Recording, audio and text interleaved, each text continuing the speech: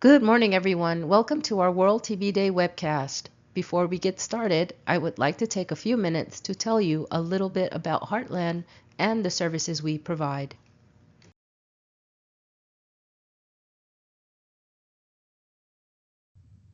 Disclosure to learners. World Tuberculosis Day webcast, March 24th, 2025. Successful completion of this continuing education activity includes attending 100% of activity, completion and submission of participant evaluation, continuing medical education, and nursing continuing professional development. This event received no commercial support. The speakers and planning committee for this event have disclosed no financial interests. Non-endorsement statement and off-label use.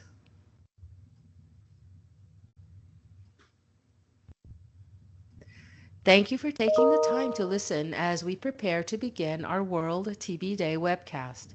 Feel free to speak with or contact your lead educator if you have any questions or concerns. We are all looking forward to providing you with this educational opportunity and many more to come. Thank you. Good morning, everyone, and welcome to 2025 World TB Day commemoration. I'm Howard Brown, the Executive Director at Heartland National TB Center, and we plan to offer you some education sessions today presented by Heartland National TB Center and the Texas Department of State Health Services, DSHS. The theme for this year is, yes, we can end TB, commit, invest, deliver, as we emphasize the goal of eradicating the disease. I'm not going to take too much of your time this morning, but because we have a full program with dynamic speakers, clinicians, everybody's willing to help you educate for today. So please help me welcome Delphina back, who's our moderator for the next 3 hours. Welcome, everyone. Dr. Seaworth is the co-medical director for the Heartland National Tuberculosis Center of Excellence in San Antonio, Texas. She received her medical degree from Washington University in St. Louis and completed a fellowship in infectious disease at Duke University. She has over 30 years' experience with treatment of tuberculosis, including complex and multi-drug resistant TB. She serves as an expert TB consultant to Texas binational projects along the Texas border with Mexico and a consultant with the Global TB Network TB Consilium. Dr. Seaworth is the 2024 recipient of the International Union Against Tuberculosis and Lung Disease, North American Region Lifetime Achievement Award. Please welcome Dr. Barbara Seaworth. Yeah, go ahead. Good morning. What I'm going to address in this first presentation today is that how our current one-size-fits-all regimens often really do not fit the individual patient as well as a more focused or individualized regimen might. So when we look at one-size-fits-all and we're looking at the standard duration of therapy, which for drug-susceptible TB, by and large is a 6-month regimen. For INH-resistant TB as a 6-month regimen. And now even for drug-resistant TB, we have 6-month regimens, either the BPAL regimens or the BPAL plus Moxie. But when we look at these various radiographic presentations, do we really think that this individual here would have the same response as someone with one of these more advanced x-rays? One size fits all also doesn't really work well when you look at how our current TB guidelines suggest a standard dose for rifampin, INH, bedaquiline, protalmanid, linezolid, and moxifloxacin.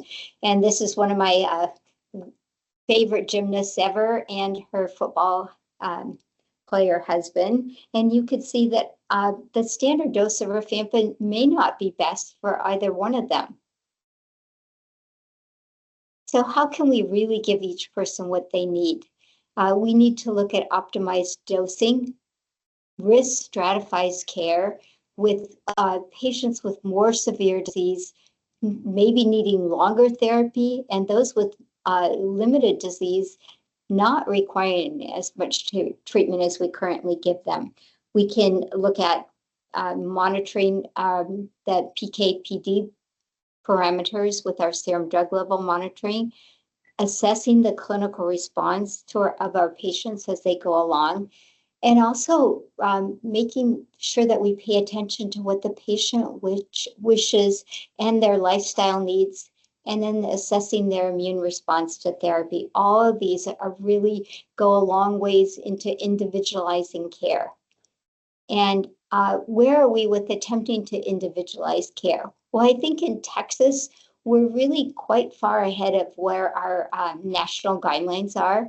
We have a very strong system of nurse case management where individualization and patient-centered care is of primary importance.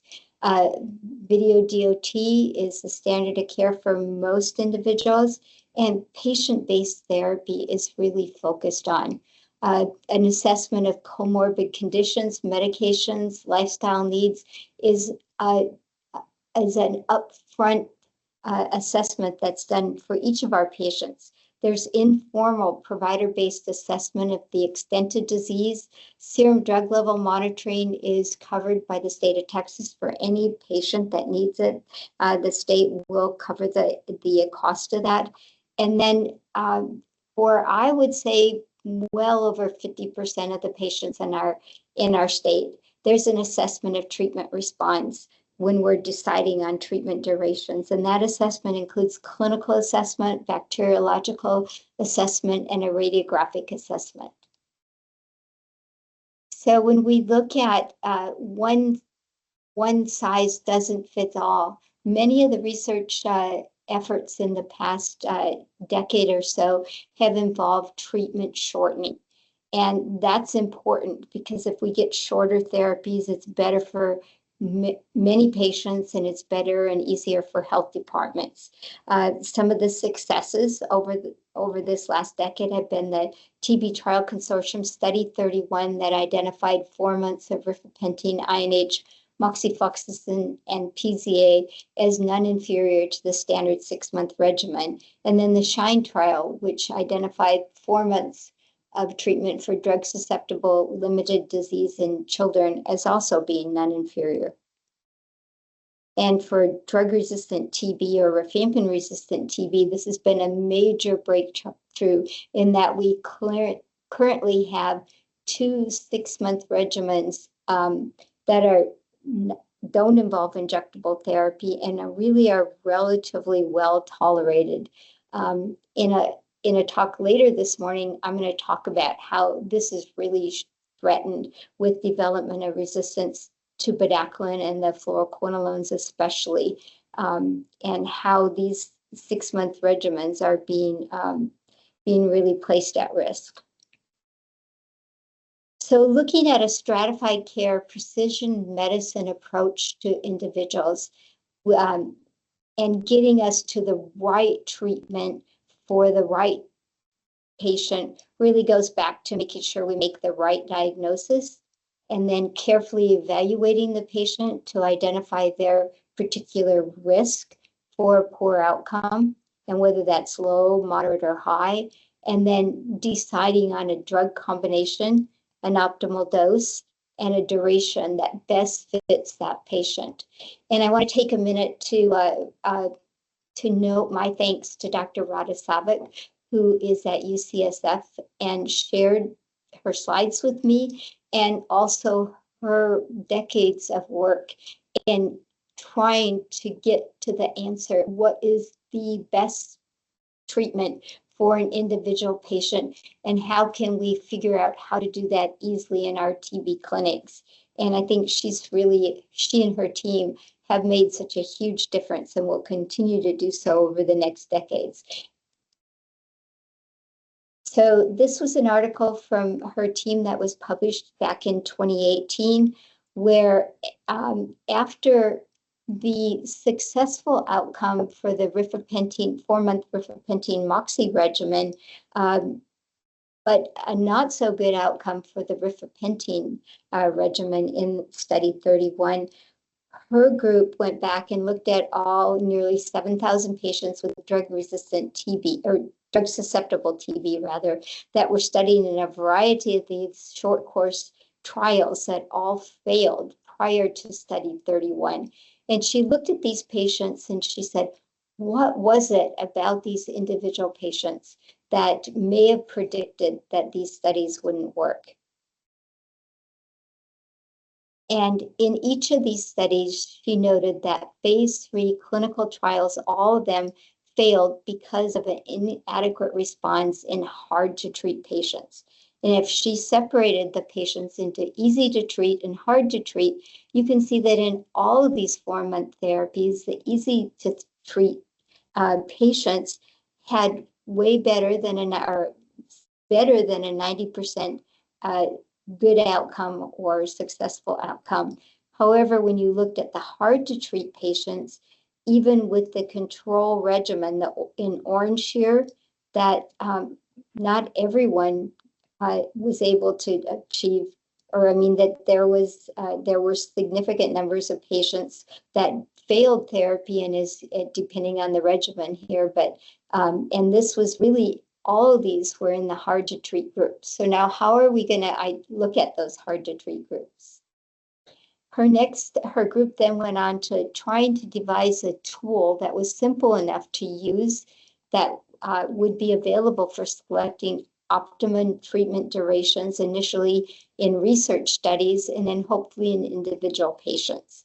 And so in this paper, she was able to find a 6-item risk score that successfully grouped people into low, moderate, or high risk groups, and looking at trying to achieve a target cure of 93%, dividing them into 4, 6, or greater than 6-month treatment regimen durations.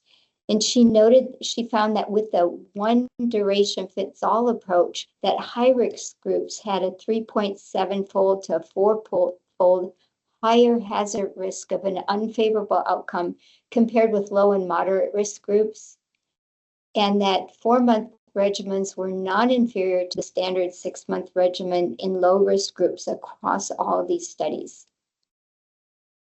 And this is a little past my understanding of how to do all this modeling. This is a heat map, but she was able, the blue is the low risk, the yellow is the medium risk, and the red is the high risk.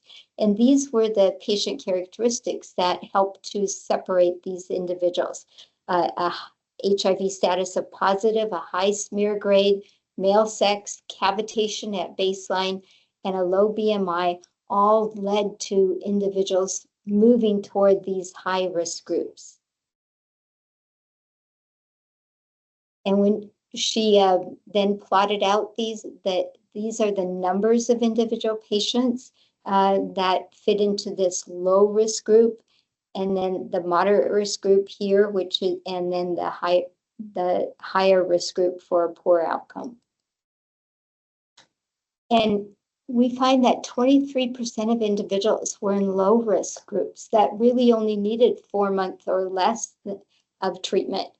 Our moderate risk group basically did need the 6 months of treatment, and then the high risk group needed more than 6 months of treatment. So you can see with our standard duration of therapy, we were treating 23% of the people way too long, and 29% of the people not long enough.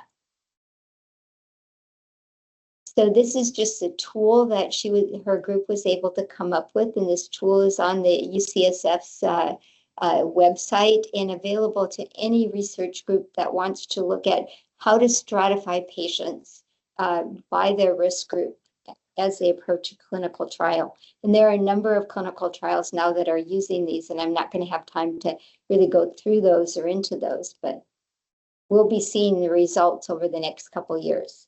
So her next article went back and looked in more depth at TBTC study 31, which gave us this 4-month Moxie rifapentine regimen.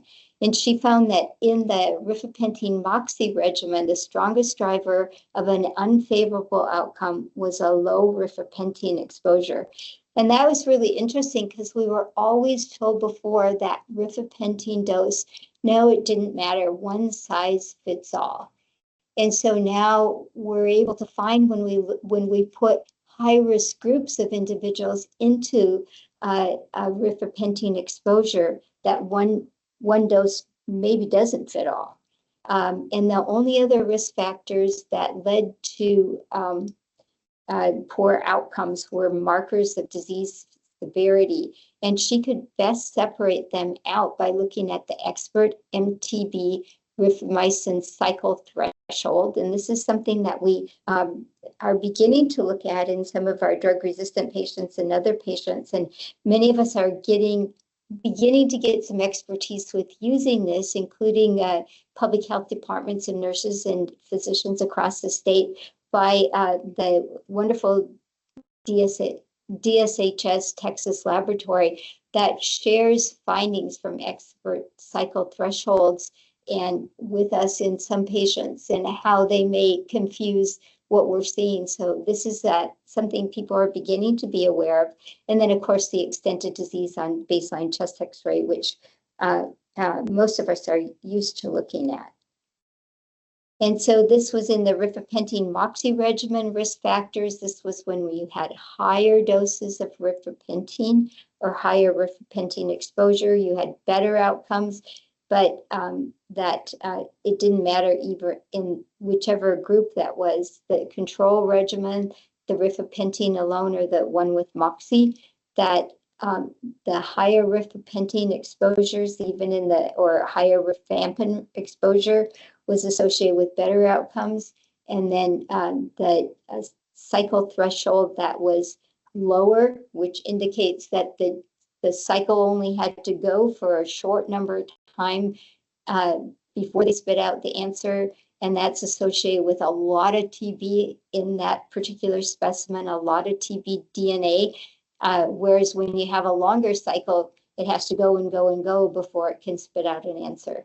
And that's really an oversimplification, but that's kind of how my brain operates. And the cycle threshold was really broken down into equal to or 18 cycles or greater than 18 cycles. And for the chest X-ray, it was 50% of the thoracic area, greater than or less than. And so this really didn't look at cavities now, which the earlier study had. And this is just an effort to look at, can we make this risk stratification easier? And so her stratified medicine group, these were her summary points from a presentation she did last month in Vancouver. And this was based on over 35,000 patient database. Bringing stratified medicine to TB is a paradigm shift. Reducing the duration also reduces toxicity cost to programs and to patients. Treatment for severe disease may need to be longer, but 70 to 75% of TB patients with less than severe disease can be cured with shorter regimens. Patient-centered approach is important, and this is what stratified medicine can do. And it also can enhance cure rates by identifying those individuals that need more therapy. So novel diagnostics are going to help us in better treating our patients as we move forward. In addition, this is a paper by Dr. DiNardo, who we're going to be hearing from later, and he's not talking about this, but I don't even begin to completely understand what he's talking about here. But the take-home point is that in addition to those individuals have risk factors for poor outcomes because of the extent of their TB disease, that there are many other specifics about individual patients and their immune response that lead to either better or worse outcomes. And identifying those may allow us to have endotype A, B, C, D that put all kinds of different things like diabetes, the bacillary load, that whether they have parasites, HIV, smoking, the environment, low body weight, all these things into identifying different endotypes that may be important in developing treatment A, B, C, or D. And the cancer folks are well advanced in this and having marked improvements in cancer care because of their ability to do this. And then I want to end with where should our research be going? Well, it's important to consider what the TB community wants.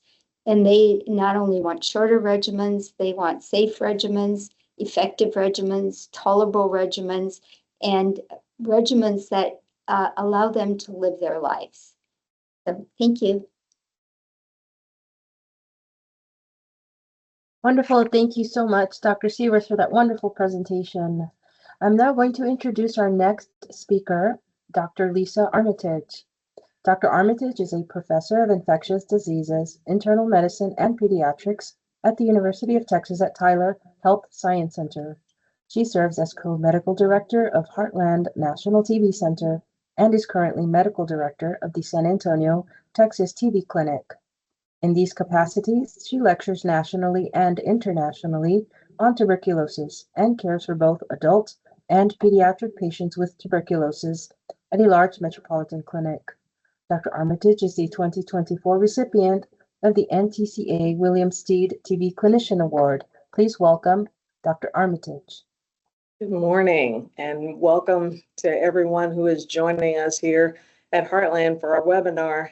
Couldn't think of a better way to start off our World TB Day than to be with you and learning some things together.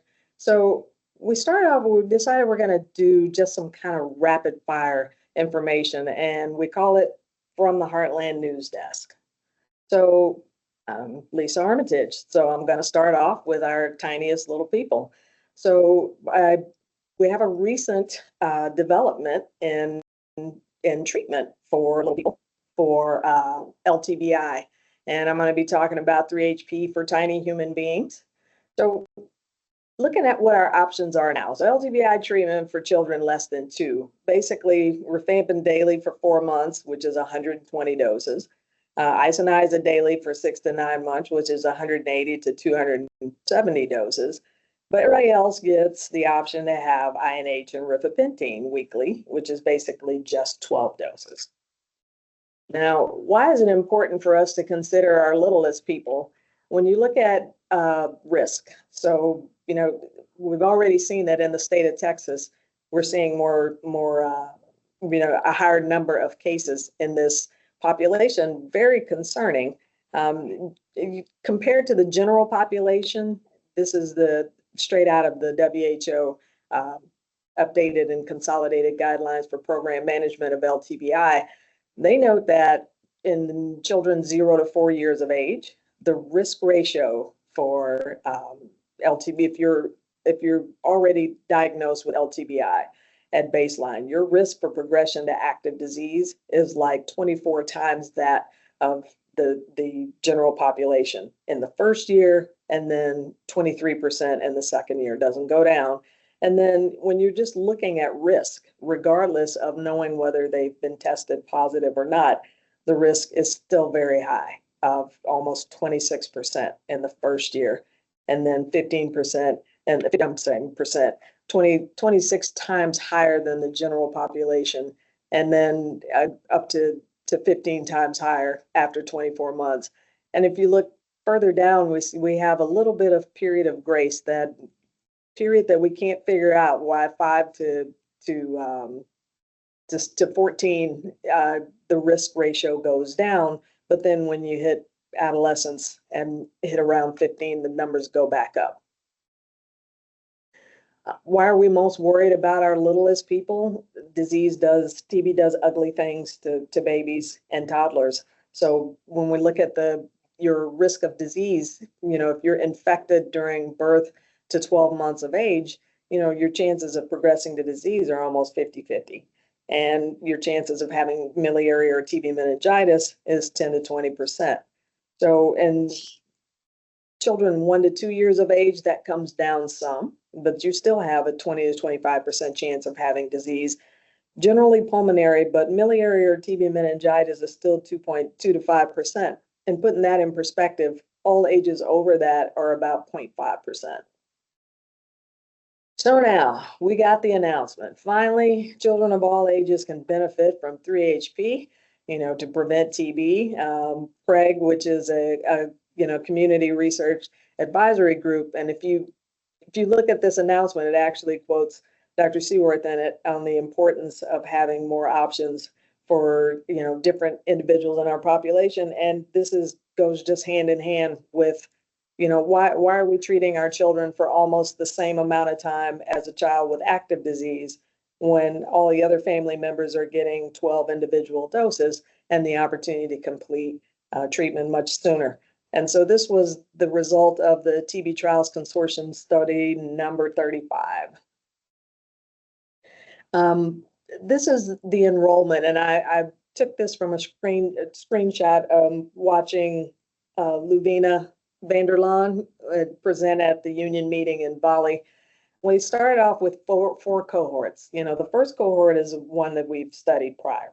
So 3HP is approved down to age 2 in children, but on less than age 2, we did not have any PK data. We weren't sure we're getting the dosing right. And so basically that was something that was not available to very small children.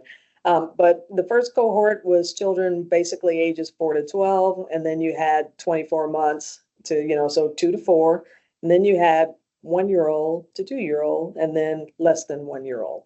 And the targeted number of individuals that they wanted to enroll were in parentheses, so they over-enrolled the larger group and met the targets with all the others. But this was a study looking in 66 children, looking at the pharmacokinetic data. So this basically is looking at, based on the adult data, we have our hash lines here, which tell us this is the therapeutic window. So this is where you're looking to have the children's area under the curve. That's basically your exposure to the drug over time.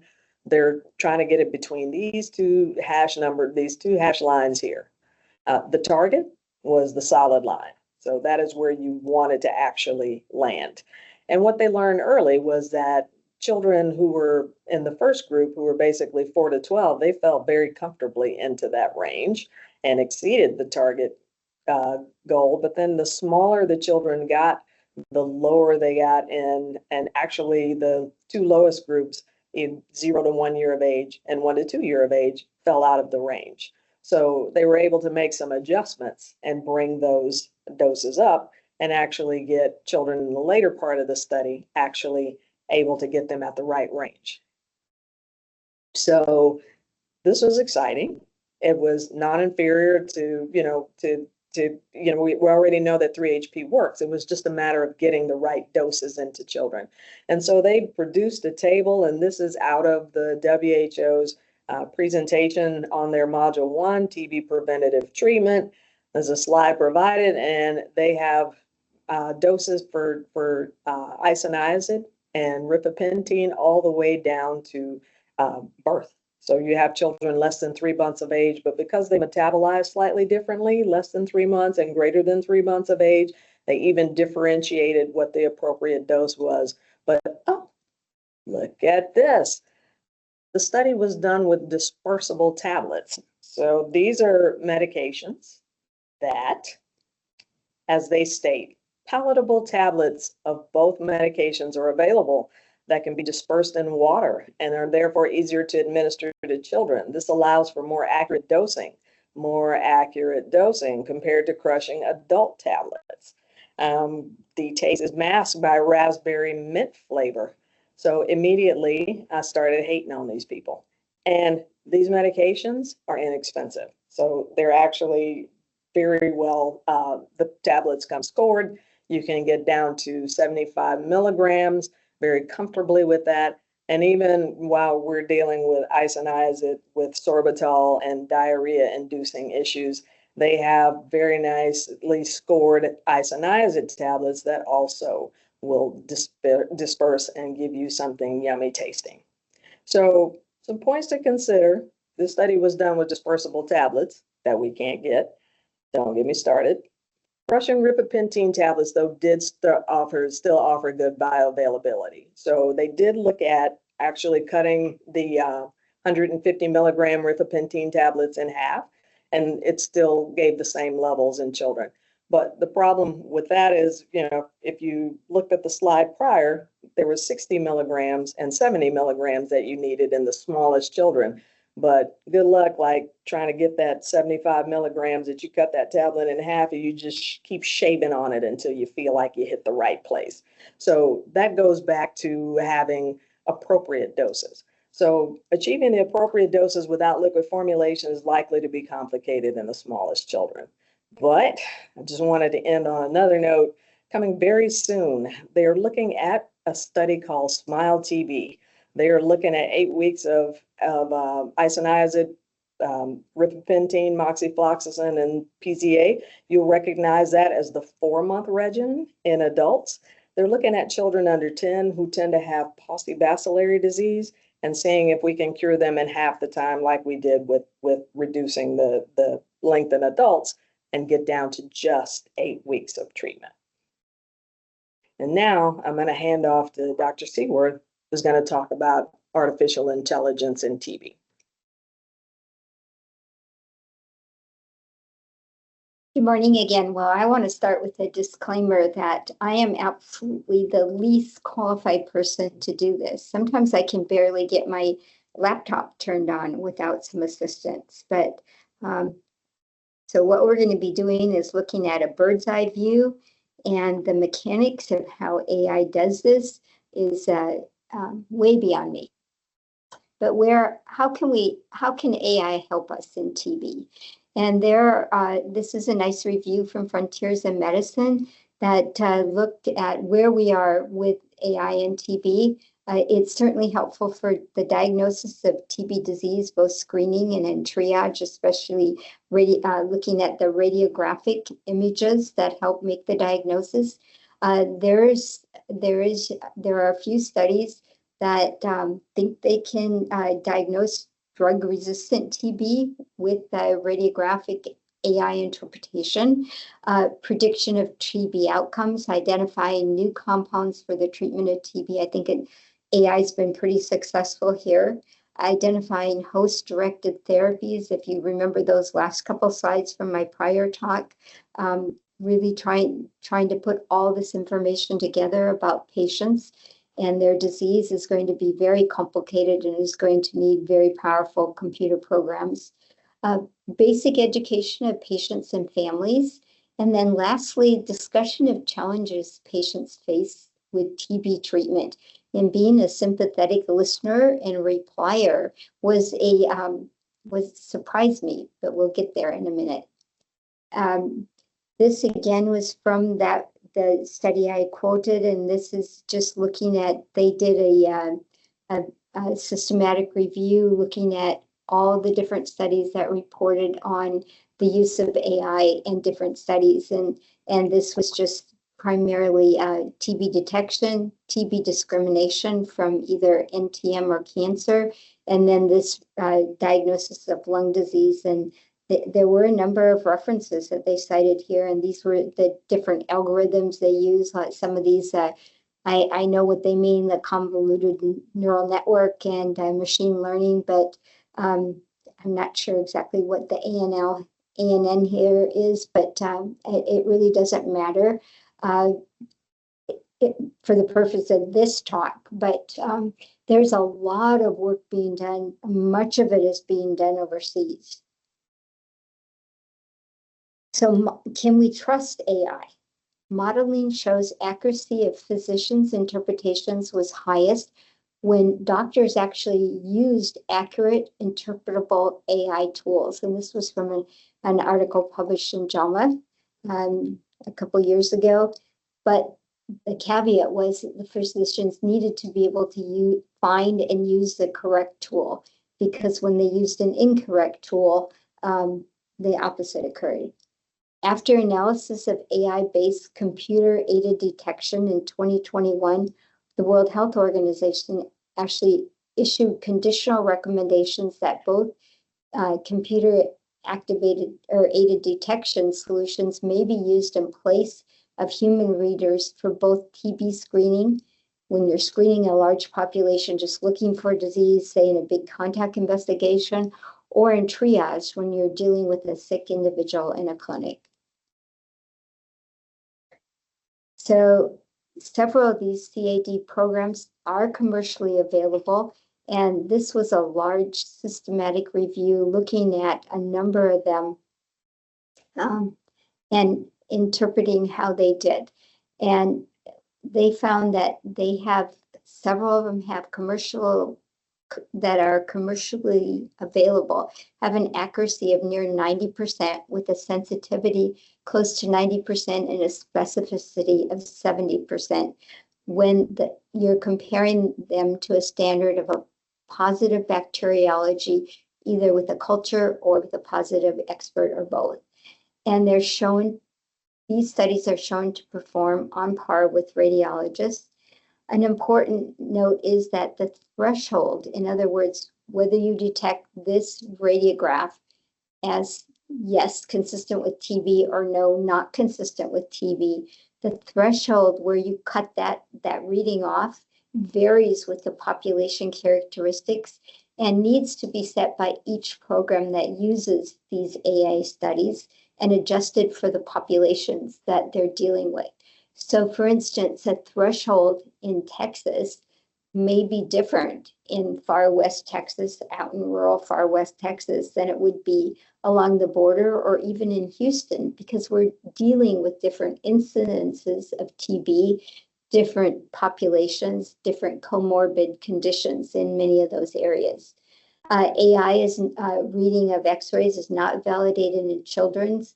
And one of the big problems is that artificial intelligence has not yet shown the ability to process a lateral chest x-ray, which is important when we're looking for hyaluronopathy. And then accuracy in non-TB abnormalities still really needs further evaluation. So when we're looking at this computer-aided detection from TB in a prevalent study in South Africa, that actually looked to validate a number of these commercially available AI software programs. They evaluated 12 products against a positive expert and or culture in a high HIV, high TB burden setting. So you can right away see where the threshold may be different than what we would want to use in Texas, for instance. They evaluated against a WHO target profile sensitivity of 90% and specificity of 70%. And they first evaluated across all thresholds from very low to very high and found those closest to giving them this 90% sensitivity and 70% target. They had 5 overall CAD programs that had a measure of accuracy of about 0.86%. This really confused me because they keep using this AUC, which is an area under the operating curve, which is really a measure of accuracy and not having anything at all to do with pharmacokinetics and pharmacodynamics, which we think AUC means in the TB world. So for the same criteria, there were differences in threshold scores across different CAD products. So even in a particular location with a particular population, that your threshold is likely going to be different if you use device 1 versus device 3 versus device 5. So that's really complicated. And programs then are tasked with how to identify the threshold if you're going to use one of these programs. Several of these devices performed worse when you had patients with prior TB therapy or in older patients. And as I noted, different products needed different thresholds. If you looked at, furthermore, looking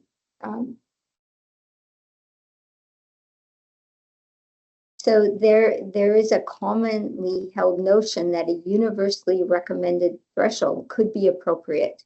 But really what we're learning based on this outlook, this particular paper, was that implementers such as national TV programs really were going to have to develop their own. And then they note further that none of the 12 computer-aided devices evaluated were included in the prior WHO guidance list. These things are changing very quickly. New products are coming online, and all of the previously identified WHO products were updated models or were no longer around. So this is a rapidly changing field. So as these AI tools are being used, that there has to be some way to evaluate which ones are good and what the threshold should be. And so it can make life easier if you have one of these programs reading your x-rays, especially if you don't have an expert radiologist in a place, but there are a lot of caveats that go to using them. So this was another look. This is from AI Revolution in Medicine, which was published in the New England Journal of Medicine AI in 2024. And this was a study that looked at comparing AI, and this is the green is Chatbox 3, ChatGPT rather 3, and the orange is ChatGPT version 4. Oh, I'm sorry, blue is 4. And then this is the orange is physicians. And this was looking at how a group of physicians scored on their board exams, either in general surgery, pediatrics, internal medicine, psych, or OBGYN. And you can see that the version 4, ChatGPT 4, scored about as well as physicians for surgery, medicine, and psychiatry, and only in OB-GYN and pediatrics were the scores a little less. And so this was a significant improvement, though, from ChatGPT 3. So you can see as we get these newer versions, and we'll probably be at ChatGPT 5 pretty soon, that they're becoming very good at answering questions, at least board questions. So maybe AI can be trusted and can help. So how did AI do? And this was a ChatGPT 4, again, to diagnose complex clinical cases. And this was just a simulated response to a number of difficult cases that were published in journals. And they found that ChatGPT 4 had about 22 correct answers. Guessing had 6. And this was a distribution of how physicians or clinicians did. So this is pretty scary. Well, we're still better at talking to people, right? We're still better at counseling people. So this is Dr. Chen, who's a computer scientist and also a physician. He tried to break this chat box with ethically fraught role play dialogues. And this was a complicated dialogue. It had to do with, he had a number of them, but the one that's in this paper had to do with the need for a feeding tube in an older, demented gentleman, and his wife of 54 years was trying to decide whether to let the physicians put in this feeding tube. And the dialogue went on and became more and more complicated. And the more complicated it got, the better, I thought, as I read the chatbot's answers, they became. And by the end of it, I'm not sure I would have done as well as a chatbot. And I think I'm pretty good at talking with individual patients. So maybe there's a role for having a chatbot help us with patients that struggle to adhere to their therapy. And one thing a chat box has is certainly a lot more time than I do. So, and this is last, I think this is my last slide, the use of AI in TB education and counseling. This is a publication that's been accepted but not yet published, and they looked at they tried to develop an AI chat box that was configured to draw information from international and local guidelines and was tasked to provide educational responses to patients and families on TB. And they looked at 39 FAQs, and then they were appraised by a team of 91 global experts by a modified Delphi consensus. And overall, they found that the AI chat was able to answer these questions, with the exception of the chat had trouble diagnosing LTBI from disease, and that had an out-of-date definition for MDR-TB. They found that it could be helpful, it could be a starting place for patients, but that they really would need a unique circumstance, a healthcare provider to help with their unique circumstance. So, and then the challenges, physicians still don't trust AI, and there's a lot of reason not to trust the computer radiology or assisted device in reading an X-ray, as I noted.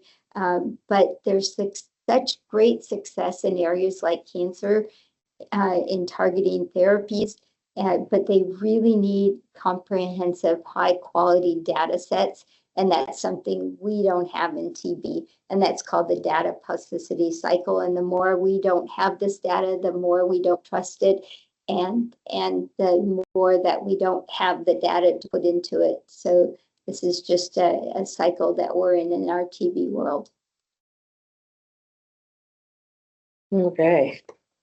Well, that was a little depressing, especially on the, well, I did note that in OB-GYN and pediatrics, the the computer did not do as well, so they're not ready to replace us yet.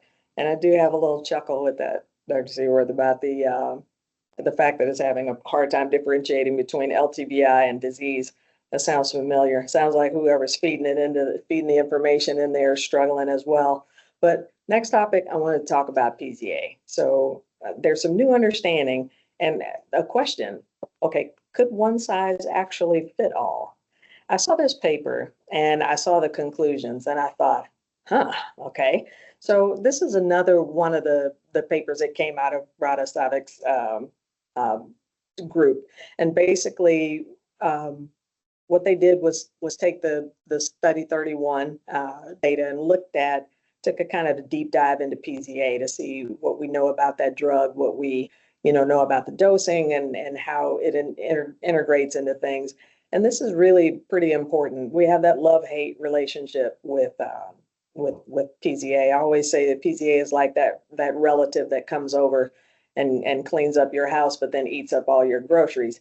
Yeah, it's always the question of the treatment shortening. We appreciate that, being able to treat patients with less disease for shorter periods, but then we struggle with toxicity. So just some known facts. The WHO and US guidelines are lockstep with the dosing for PZA. Recommended is 20 to 30 milligrams per kilogram daily with a max of 2,000 milligrams. But there are some studies, some of the PK/PD studies that suggest higher doses of PZA might achieve increased efficacy, but increasing the PZA doses tends to raise concerns about increased toxicity. So the authors were really seeking to determine, what the PZA dosing strategies were to optimize the benefit, but minimize the risk. That's all we want. Always want to get max benefit for the patient, but we want to minimize the risk that we're putting them in. And they took advantage of the TB Trials Consortium Study 31 data, just like Dr. Seaworth, shared. That study compared the standard 6-month regimen to a regimen where you replace rifapentine for rifampin, and then another arm where you replace rifapentine for rifampin and moxifloxacin for ethambutol. So the group that they looked at, so everybody was over 12 years of age. So in this particular study, it's only gone down to adolescents at age 12. So the age range was 13 to 81. So we had a good age range when we're looking at things. The weights went from 40 to 122 kilograms. So we had basically a Barbara Seaworth to Shaquille O'Neal range on those. 71% were men. So that pops up being interesting, the men, but again, you saw the Texas data, you tend to have more disease in men, so about the right ratio. They did the standard dosing. Sorry that the auto shifted it over, but that's just the rate, the weight bands that we're used to using when we dose here in the US, and this is the same one that they use for this study. And they collected plasma specimens and analyzed them by high performance liquid chromatography. And then they measured two things. They looked at peak concentration, which they found was kind of all over the map. And then the area under the curve, which is the total drug exposure over time. So they found that the total drug exposure over time tended to correlate a little bit better. So they ended up using that particular measurement. So they looked at they considered efficacy as the time to an unfavorable outcome over 12 months. So that's how effective it was. So if you relapsed or died or, had some other negative outcome, really relapse or death were the two biggest ones.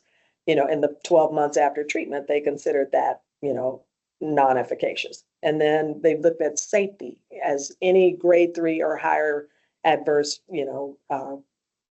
adverse reaction, while on treatment. So now, first off, I want to know who these people are, because they only had 39 out of they had 2,255 participants, and only 39 of them experienced hepatotoxicity.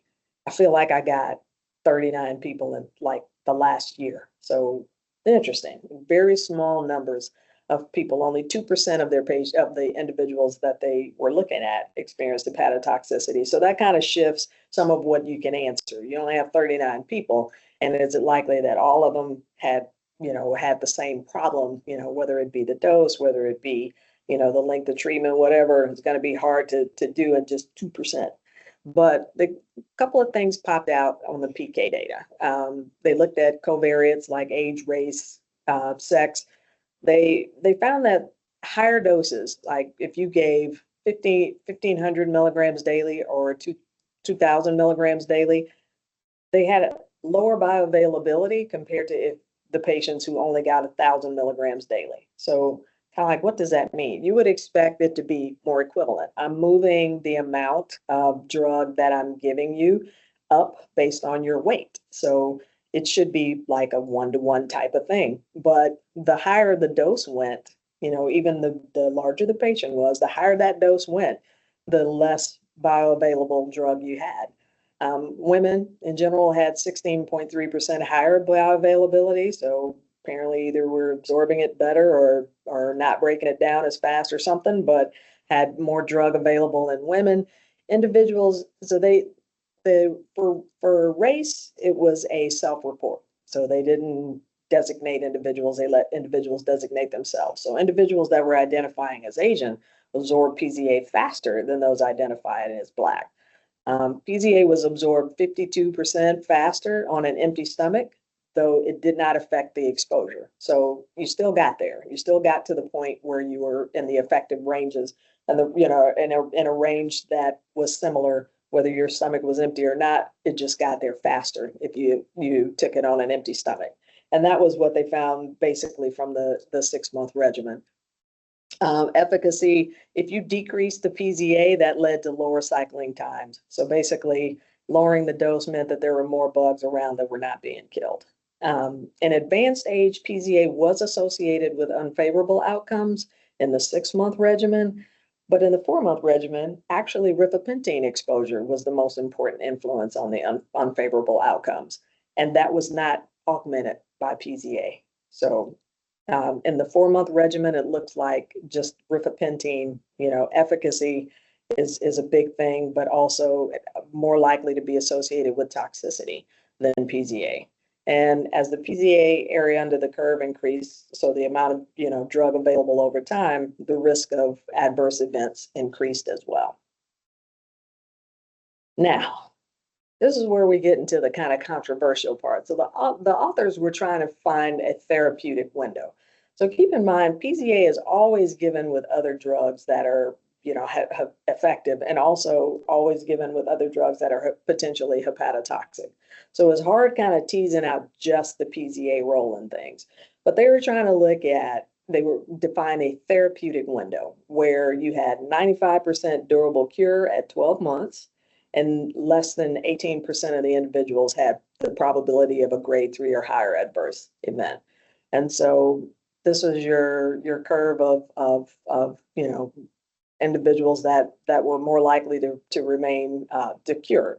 And you kind of peaked out here. So they came out with a therapeutic window here that was, like the lowest risk and the highest reward, basically. And so they did that for both the 6-month regimen at the top and the 4-month regimen at the bottom. And what they found was, let me just say this is a simulation. So these are the actual weight band doses, and then this is the area under the curve that they found. But they simulated if you just gave everybody a flat dose of 1,000 milligrams, that just about everybody fell inside the therapeutic window. And so 55.8, we'll just say 56% of people were in the right window if you did the weight band dosing, and mostly they fell out of the window because the dose, they were going where the area under the curve was too high. If you look at flat dosing with 1,000 milligrams, they're saying that 69 or almost 70% of people would fall perfectly in the right range. Wasn't too many of them that were going to be too low. And then if you look at 1,500 milligrams flat rate, if you just kind of split the difference and went in the middle, and not 1,000, not 2,000, 1,500 right in the middle, even that was higher and worse. You only got 46%. And same thing they found in the 4% in the 4-month regimen, that the weight band dosing had a lower percent of individuals who were in the therapeutic range than the individuals who just would have gotten 1,000 milligram flat dosing. So they didn't actually do this. This is a modeling thing, but they're feeling pretty strongly that this is something that can be implemented. So this just brought up some questions to consider. So the bioavailability decreases as the dose increases. Do you have more clearance as the dose increases? Are we kind of tweaking the liver and is breaking it down faster? Are you peeing it out quicker? Does the absorption decrease after a certain dose and you just don't get more in? Since PZA is always administered with other drugs that cause hepatotoxicity, are we ever really going to understand what PZA's role is in hepatotoxicity? And then what role do PZA metabolites that are pretty prevalent, what do they play in this finding? They were not able to analyze those. And then the big question, are we overdosing our patient, and might one size actually fit all? And I'm going to pass back for our last talk with Dr. Seaward. Okay, last time I'm going to address Class A drug resistance, and I alluded to the importance of this in my initial talk with the MDR regimens, what happens when we begin to develop resistance to these Class A drugs. And these are the Group A drugs that are Class A drugs identified by both the World Health Organization and the CDC in previous treatment guidelines. And you can see that in XDR-TB by the World Health Organization is resistance to at least to a fluoroquinolone and at least one of these other Group A drugs, or and pre-XDR-TB is resistance to a fluoroquinolone along with either rifampin or rifampin INH. So I'm going to look quickly at fluoroquinolone resistance and also at bedaquiline resistance. What's just pick some publications to try and get an idea of how much fluoroquinolone resistance is out there. What we do know is that it's associated with poorer outcomes. Globally in 2023, 19% of the estimated proportion of drug MDR cases and cases with pre-XDR-TB had resistance to any fluoroquinolone tested. So 19% globally. Some areas had very high rates of fluoroquinolone resistance. Just two I put up here. In Mumbai, in a study, showed 36% of all of their MDR or rifampin-resistant TB isolates were resistant to fluoroquinolones. And then a large survey of over 16,000 unselected isolates in England that was published this month in CID noted overall they had a 1.4% incidence of resistance of fluoroquinolones in MDR in all their isolates, but in MDR isolates, 23.9% were resistant to fluoroquinolones. It's harder to tell in the US because in the US, our pre-XDR TB cases could be either resistant to a fluoroquinolone or an injectable, but out of our MDR cases, 16 of the 88 or 18% had either fluoroquinolone or an injectable resistance. So it's a little less clear here. Bedaquiline resistance was initially described in 2015. Its detection is challenging because it's really hard to get drug susceptibility studies done on culture media for bedaquiline. There are only a few labs in the country here in the US that do it. The CDC does not do it currently. And what we have is genotype data, but the genotype data really yet is unpredictable and not well correlated with MICs or phenotypic susceptibility studies. Doesn't always correlate well. And even the genotypic typing has to be sent to the CDC, or a few state labs have it. So, and again, as with fluoroquinolone resistance, bedaquiline resistance is associated with particularly poor outcomes. Looking at the incidence of bedaquiline resistance, this was a South African survey that noted bedaquiline resistant TB overall in 3.8% of their isolates, and they noted a significant association of bedaquiline resistance with clofazimine. Now, it doesn't look like this association with clofazimine is as strong in some other places in the globe, but it's particularly strong in South Africa.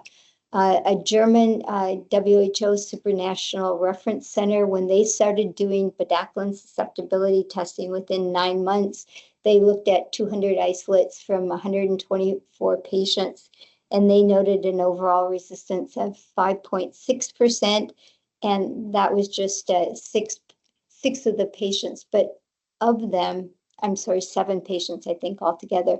But 4 of the patients were initially susceptible to bedaquiline, but they were following these patients through their therapy, and they noted the development of resistance in 4 patients. And they noted that these patients were all treated in the hospital with regimens that included other strong drugs to which the isolate was susceptible to, but they postulated that because they were tending to adherence, that perhaps that we have to pay better attention to how companion drugs are able to protect bedaquiline when we use it.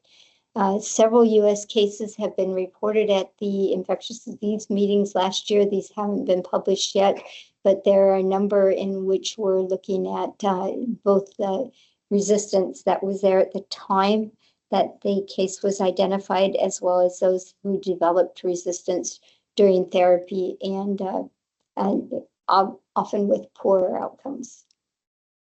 So this was a large systematic review and a meta-analysis of both baseline and acquired bedaquiline resistance during therapy. It was published in April of 2023. And overall, they were able to identify a number of studies that met their criteria, and they noted overall 2.8% baseline resistance. And then of those individuals that were susceptible, that at 2.2% developed further resistance during therapy. And this, I want to warn you before you go to this next slide, it looks really wild, but I have a point I want to make on it. So, and don't give up on me. This is this was baseline resistance and resistance that developed during therapy. This dotted line was the MIC, and it varied. This was done with 7-Eleven broth media, and they also had, this was here for the broth media.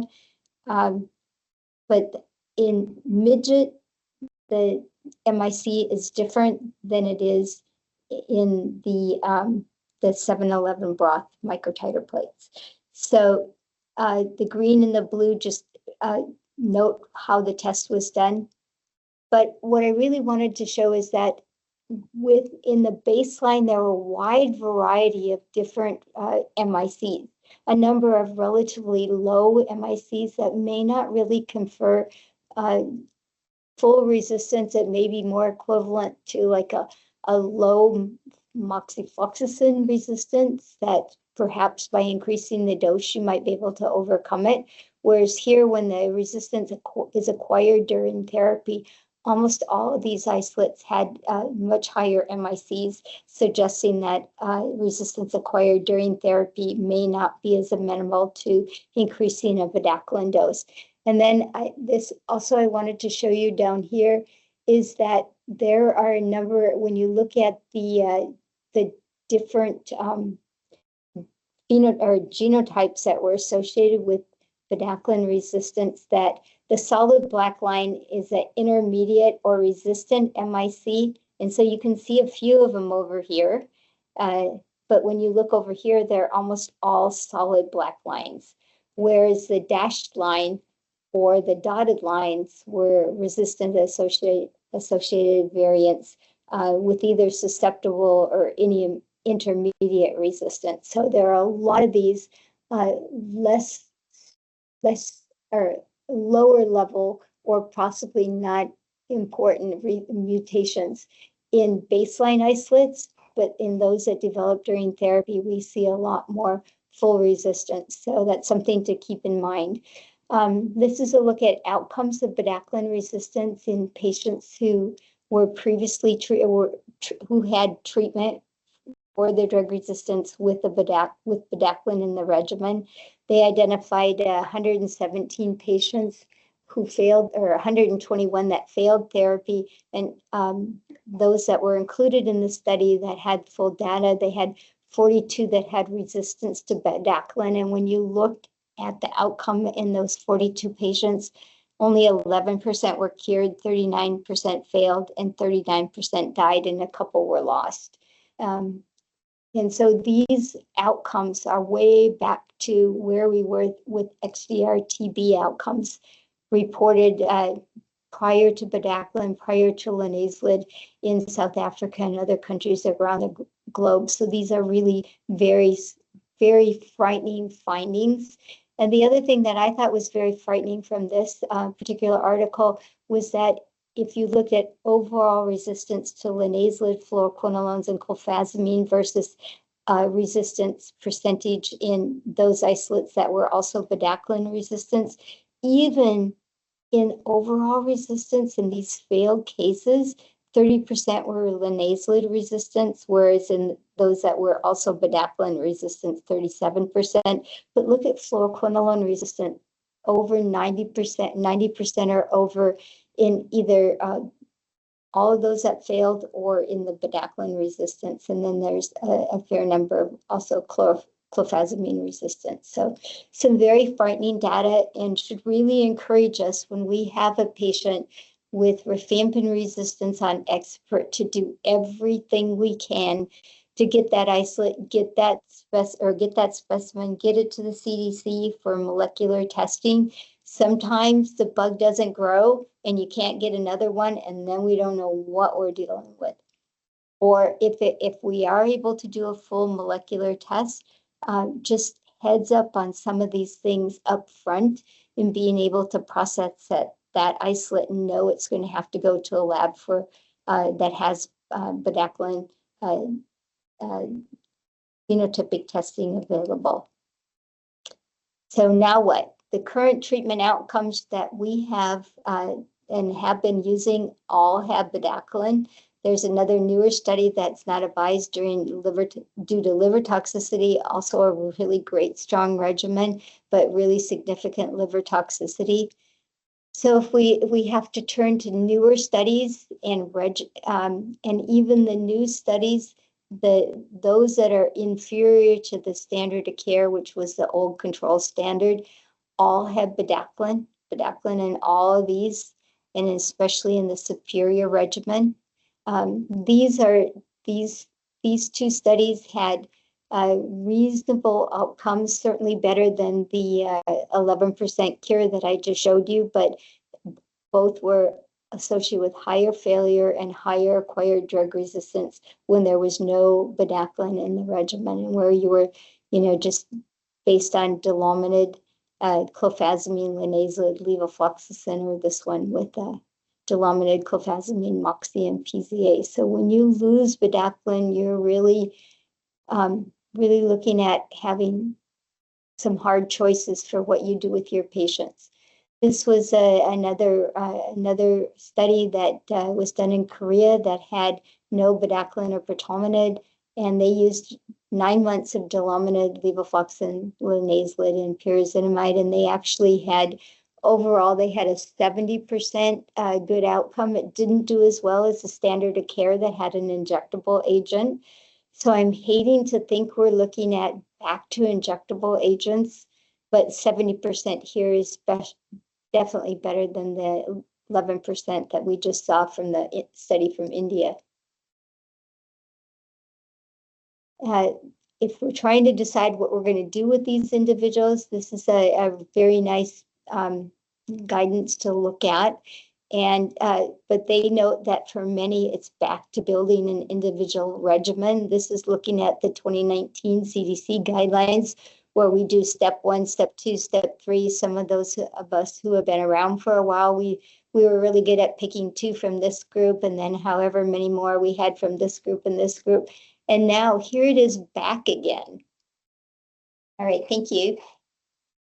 Thank you so much, Dr. Armitage and Dr. Seaworth, for those wonderful presentations. So now we're going to take a 5-minute break. So please be back online at 10:36, and we will resume our presentations.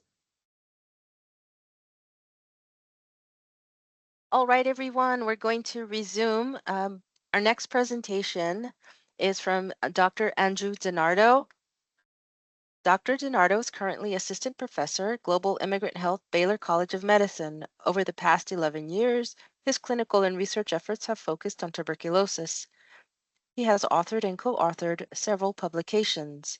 He was also integral to establishing a translational laboratory in Eswatini, formerly Swaziland, which has enrolled over 450 TB patients and even more asymptomatic household contacts since 2014. It is currently on track to continue enrolling to 2025. He is a co-founder of the Integrated Ben Taub Tuberculosis Clinic, caring for immunocompetent and immunocompromised patients with extrapulmonary and pulmonary TB. Additionally, he is a principal investigator of studies evaluating TB diagnostics, immunity, and epigenetics. Please welcome Dr. Andrew DiNardo. Morning, everybody. I hope everyone's off to a good World TB Day. So I have a short talk on treatment monitoring, specifically biomarkers focused on patient-centered outcomes. And the question I'll drop at the very beginning is, do we rely too much on culture? This is the typical cascade of care shown for tuberculosis. I apologize, we're going to skip almost the entire top, and we're going to be focusing on what happens after diagnosis when it comes to treatment monitoring and our current state of the art and where we need to move for identifying proper treatment monitoring. A lot of what I'll be talking about is the fact that at the time somebody has a microbiologic cure for tuberculosis, that is not synonymous with improved health. And what should we be doing to monitor people living with TB, to be identifying what can be done to improve their health, not just have a microbiologic cure. So what is the standard of care for treatment monitoring currently? Well, we've been using smear since 1882. It has a very high limit of detection and it detects non-viable organisms, but in many places in the world, it is still the standard bearer for treatment monitoring. Obviously, culture is the reference standard for treatment monitoring, but clinically it's kind of useless because the very long turnaround time results in not knowing that the individual has remained culture positive longer than you expected, often weeks after the fact. There are other things such as symptom monitoring, albumin, hemoglobin. There are ways to use the quantiferon for treatment monitoring. All of those are non-specific. They might be beneficial. There's very little evidence for any of them. There is evidence that low albumin, low hemoglobin, or low quantiferon minogen levels are associated with bad outcomes, but they're just not clinically used, and it's hard to link them right now with specific outcomes. For me, symptom monitoring is the most critical thing that I do when seeing a TB patient. But often TB patients will be improving, and their persistent symptoms or their increase in symptoms is not because the TB isn't being treated properly, but it's because of the common paradoxical reactions that they have during tuberculosis therapy. The final thing I'll measure is the one that's that I suspect is going to be the new standard of care in a few years. I don't know if that'll be 2, 3 years, 5, 10 years. That's the molecular bacterial load assay or something like it. So the MBLA detects MTB RNA instead of MTB DNA. That helps identify viable organisms. And there are studies on how that will help us predict clinical outcomes, but those studies are still pending. So what should we be monitoring when during tuberculosis care? Well, obviously monitoring viable bacilli is important, but monitoring viable bacilli, as I'm going to discuss in the next couple of slides, is not sufficient for improved health. Again, in a timeliness manner, the MBLA looks to be the best assay in terms of its capacity to identify viable organisms equivalent to culture, but having a turnaround time like a typical PCR assay of 2 to 3 hours. Obviously, for programmatic monitoring, we should be documenting mortality in our TB patients. We should be monitoring cardiovascular outcomes, respiratory outcomes, cancer outcomes. Relapse is critical. We don't have any good treatment monitoring tools that help predict who is going to relapse.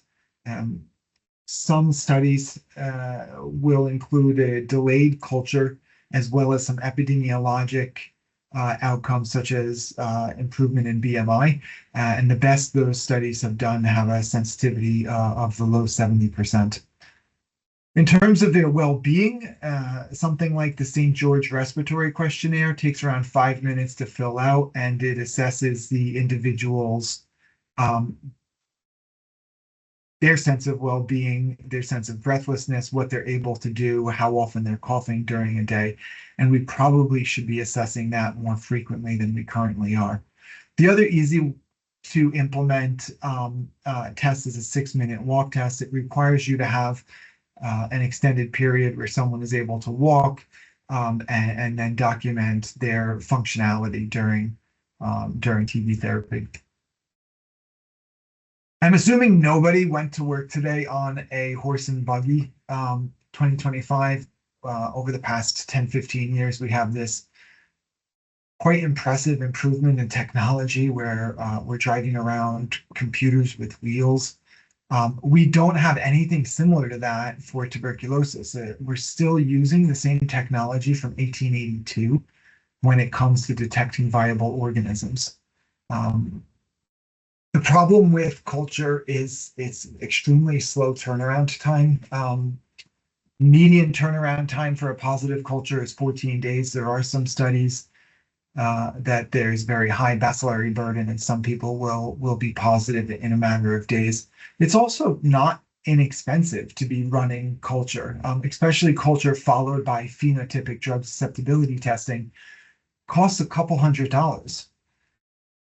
Where should we be going? We should be going to a locked-in design, and the current MBLA does not have a locked-in design. The MBLA was designed by Wilbur Sabiti and Stephen Gillespie at St. Andrews, and they are working with commercial companies to develop a locked-in design. It's a qPCR assay similar to EXPERT, but instead of detecting DNA the way that EXPERT does, it detects RNA, indicating viable organisms. Again, a small turnaround time of a few hours and much more affordable than culture.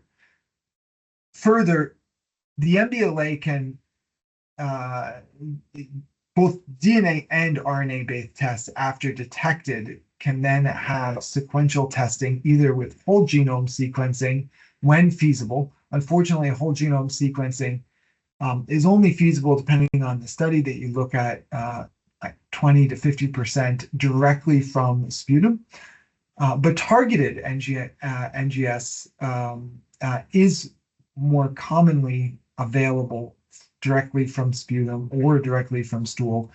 And price points are still working on this, but many countries have moved towards this to develop genotypic drug susceptibility testing much quicker than phenotypic drug susceptibility testing. So this is something that's cheaper, similarly reliable, with a much improved turnaround time. And like the horse and buggy to the car, we need to change our infrastructure to improve molecular testing that's clinically relevant for detection of viable organisms. The problem is killing viable organisms is not synonymous with improved health. So what else should we be measuring and monitoring? Camilla Romanowski had this beautiful paper that was published in 2019 that described the mortality risk after survival from tuberculosis. It was a meta-analysis that included studies around the world and included over 40,000 individuals. The survival curve on the right was a study specific to the United States that was implemented in Texas, Massachusetts, and Seattle. And these are years since completion of therapy. And you can see that compared to individuals without tuberculosis, their mortality risk persists for years or decades after so-called successful therapy. In addition to the mortality risk, morbidity persists long after someone is successfully treated with tuberculosis. We're going to talk about this in the next couple of slides. And the persistent respiratory dysfunction and lung damage that occurs during before tuberculosis therapy. And for 10 to 20% of individuals, lung function continues to decline despite successful antibiotics. Here's an individual in the cohort that we are following in Eswatini. And you can see this individual had a large right apical cavity at the time of diagnosis. They had EZ1 spirometry done. And you can see here they had decent spirometry. Their FEV1 was 3.5 liters. Their FVC was 4.7 liters, which despite having the radiographic findings, this was consistent with normal spirometry. You can see this individual radiographically healed quite significantly. There is still a small cavity in the right apical lobe. And you can see that there also was a mild improvement in spirometry. In contrast here, you can see this individual radiographically and spirometric monitors did not improve during therapy. This individual has significant fibrosis, a tracheal shift, and quite significant decrease in their FEV1 on spirometry that mildly improved from 2.0 liters to 2.3 liters, but significant lung dysfunction that this individual will probably have for quite a long time. Here's an individual from Houston, and this individual, I wanted to show the radiographic worsening that occurred within the first 2 months. Depending on the studies you look at, anywhere are approximately 5 to 10% of individuals living without HIV and 10 to 30% of individuals living with HIV will have a paradoxical worsening of either symptoms or radiology when they're first started on therapy. This is data from Bob Wallace's cohort from a clinical trial that he ran in Johannesburg in 2019 to 2022. And when we reanalyze the data, yes, there is a general improvement in forced expiratory volume measured in 1 second, but that was not uniform. You can see that 12% of the cohort had a greater than 10% decline during TB therapy. And this was similar to what was published more than 2 decades ago, is that approximately 20% of individuals will have worsening spirometric lung assessment during TB therapy. So what treatment monitoring tools do we have for evaluating lung damage during TB therapy? The problem is that the pathology, the histopathology and the spirometry are heterogeneous. It's not a single pathology. There seems to be neutrophil-led netosis, neutrophil extracellular traps, that the neutrophils cause additional damage during TB therapy. There's also a dysfunction in the MMPs, the metal matrix proteinases that are released, leading to fibrosis. The histopathologic analysis, so you can have fibrosis, cavitation, and bronchiectasis. We've seen plenty of individuals who have no radiographic damage, but loss of FEV1 due to the small tubule bronchiectasis that they develop during tuberculosis therapy. In this paper from DeMello et al. From 2019, you can see that individuals who had improvement had less neutrophils. They had less IL-8, that's a neutrophil chemotaxic, less CYT-H3. This is citrullinated H3, which is a protein released by neutrophils when neutrophils die, less VEG-A, and less MMP1. Potentially, these are biomarkers for lung damage. Some of them, a neutrophil to monocyte ratio or a neutrophil to lymphocyte ratio, has been validated in other studies, and we need to follow up. That would be an easy assay that we don't need new assays from what we currently have.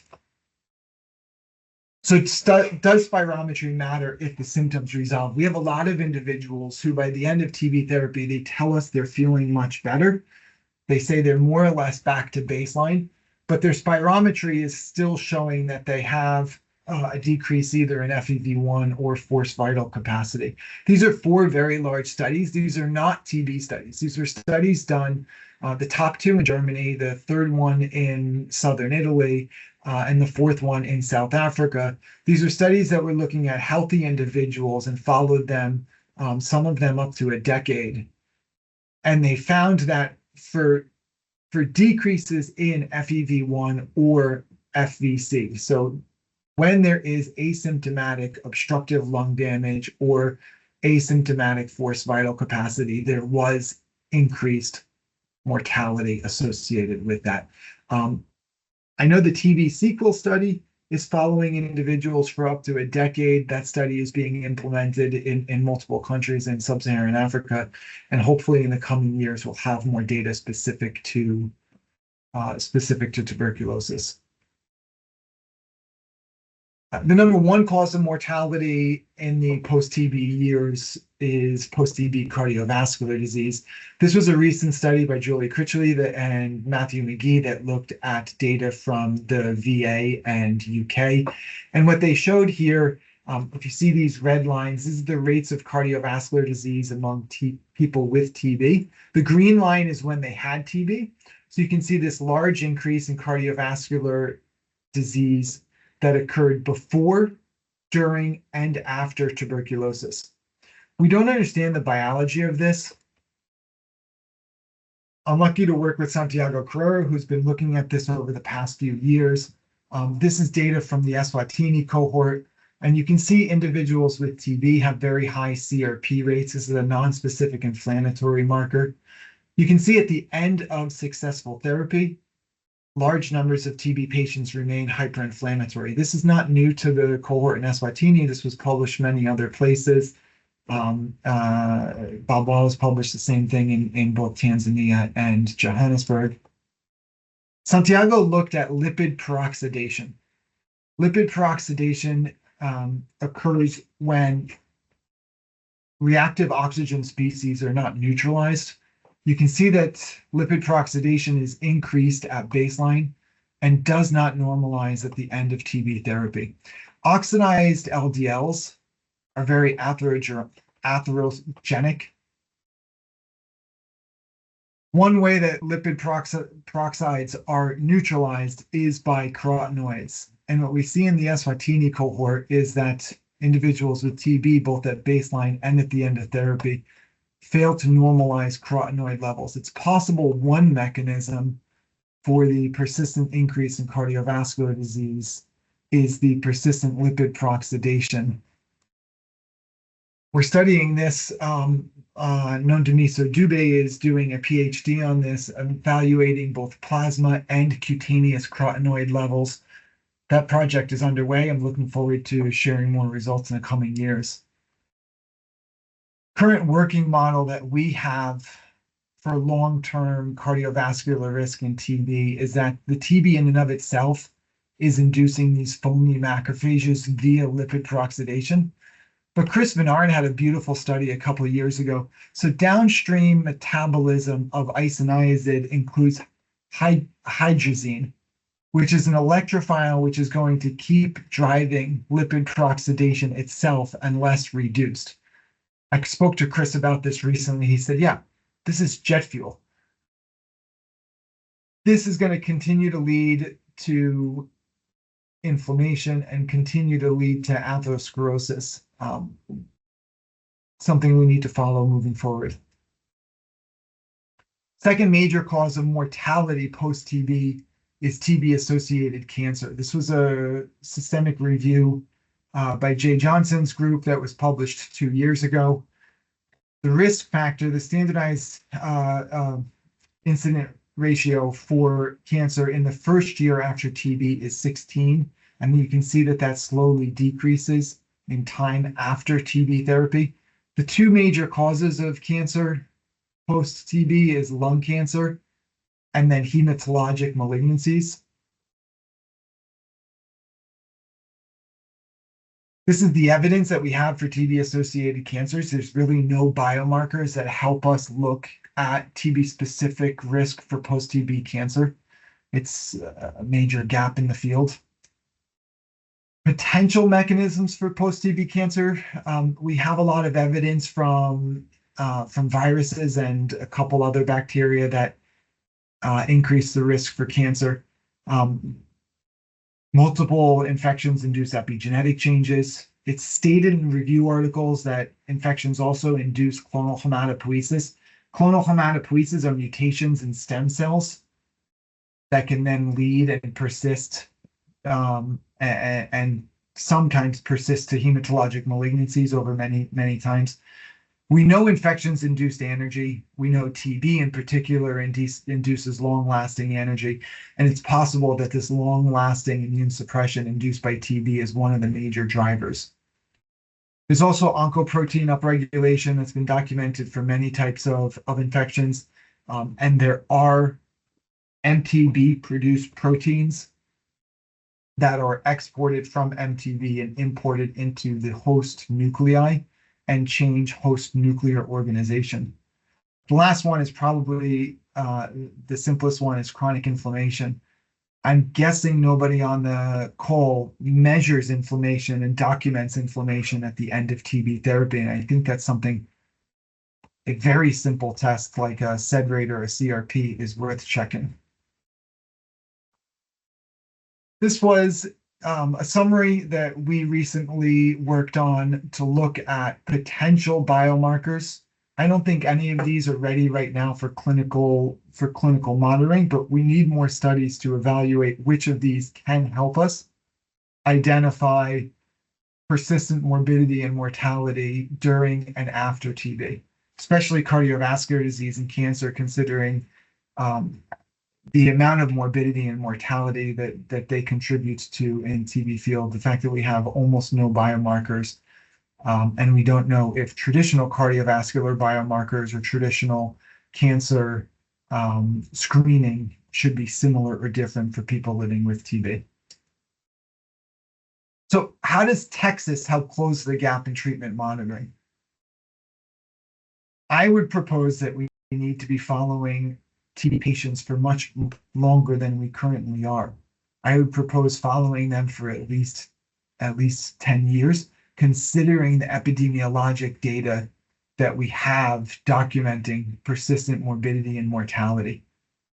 We've spoken at this forum and many other forums about rolling out lung function as standard of care for TB therapy. We've tried to do that at the Ben Taub TB clinic, and for almost every TB patient, we are using the EZ1 spirometer to screen them early in the disease process. And then once they're culture negative, to run formal spirometry for anybody who screened positive during the EZ1 screening. We also need a Texas-specific TB care package. This was done in British Columbia. There's a nice outline for how this can be done here in Texas. We don't do a good job, and I'll be the first one to admit that we don't do a good job of transitioning our TB patients into chronic care. When Camilla Romanowski and this group looked at this in Canada, most primary care clinicians did not know of the persistent morbidity and mortality associated TB. There are very simple steps that they suggested, making sure that all TB patients were in a smoking cessation program, making sure that we're getting their diabetes cared for and optimized, considering the morbidity and mortality associated with diabetes and TB, and having a simple checklist and handout to help with that transition of care. Finally, before finishing, I wanted to bring up the elephant in the room, which is we're going to have trouble with treatment monitoring if our patients don't come to clinic. In the past few months, there's been a dramatic increase in the no-show rate at clinics. And we're going to struggle if our patients don't feel safe coming into clinic. Thank you. Thank you so much, Dr. DiNardo, for that wonderful presentation. I'd like to introduce our next speaker, Dr. Blanca Restrepo. Dr. Restrepo is a Hispanic, bilingual, and bicultural scientist dedicated to studying severe health disparities among Hispanics from the Texas-Mexico border. In this medically underserved region, she is a founder and director of a tuberculosis research program that has international recognition for studies on TB and type 2 diabetes. Most recently, she began studies on the impact of TB and type 2 diabetes in older adults and aging. Please welcome Dr. Restrepo. Thank you for the introduction. It is my pleasure to be here, and today I'm going to be talking about tuberculosis in Hispanic older adults. So why study TB in older adults? Well, the global population is aging. It is anticipated to duplicate between 2015 and 2050. And old age is a known risk factor for active tuberculosis, so people are at higher risk of developing TB, and more importantly, once they have TB, death from tuberculosis. And yet, there are huge knowledge gaps in older adults. Older adults are vulnerable, they're neglected, they're understudied. And when you look at studies on TB in older adults, most studies are in Asian populations. So we set to address this gap by studying TB in older Hispanics. So how did we design the study? We enrolled adults, young adults, 18 to 44, or middle-aged adults, 45 to 64. Sometimes I just group them into one category as younger adults, compared to our group of interest, which are older adults. Where did we study them? At my field site, I live and work. I've been here for 20 years at the Texas-Mexico border. And here I've got established field sites where we have been enrolling tuberculosis patients community controls, close contacts of TB patients for nearly 20 years. And so these studies in older adults, I'm going to present data from our field sites, and we're going to complement with surveillance data from the Texas TB surveillance. So TB is a reportable disease by law. And so, for example, Sandra Morris presented at the beginning a very nice summary of the state of TB in Texas. And so we had access to these types of data sets, 2008, 2020, more than 10,000 patients to study TB until the end of treatment or death.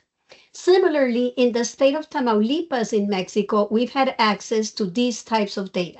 So I'm going to present studies on older adults using these three types of data. Results are very similar, and sometimes I'll present one or the other.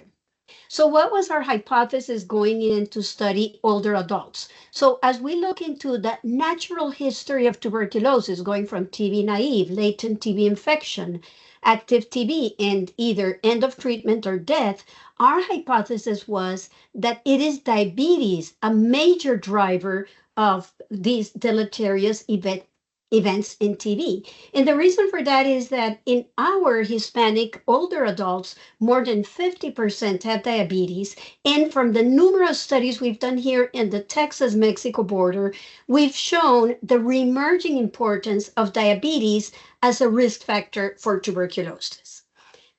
So let's focus on latent TB infection. What did we find? So we assessed latent TB infection in individuals who did not have TB, and we evaluated in community controls, shown here in blue, and recent TB contacts shown in gray. And we did this with quantiferon gold or the T-spot TB.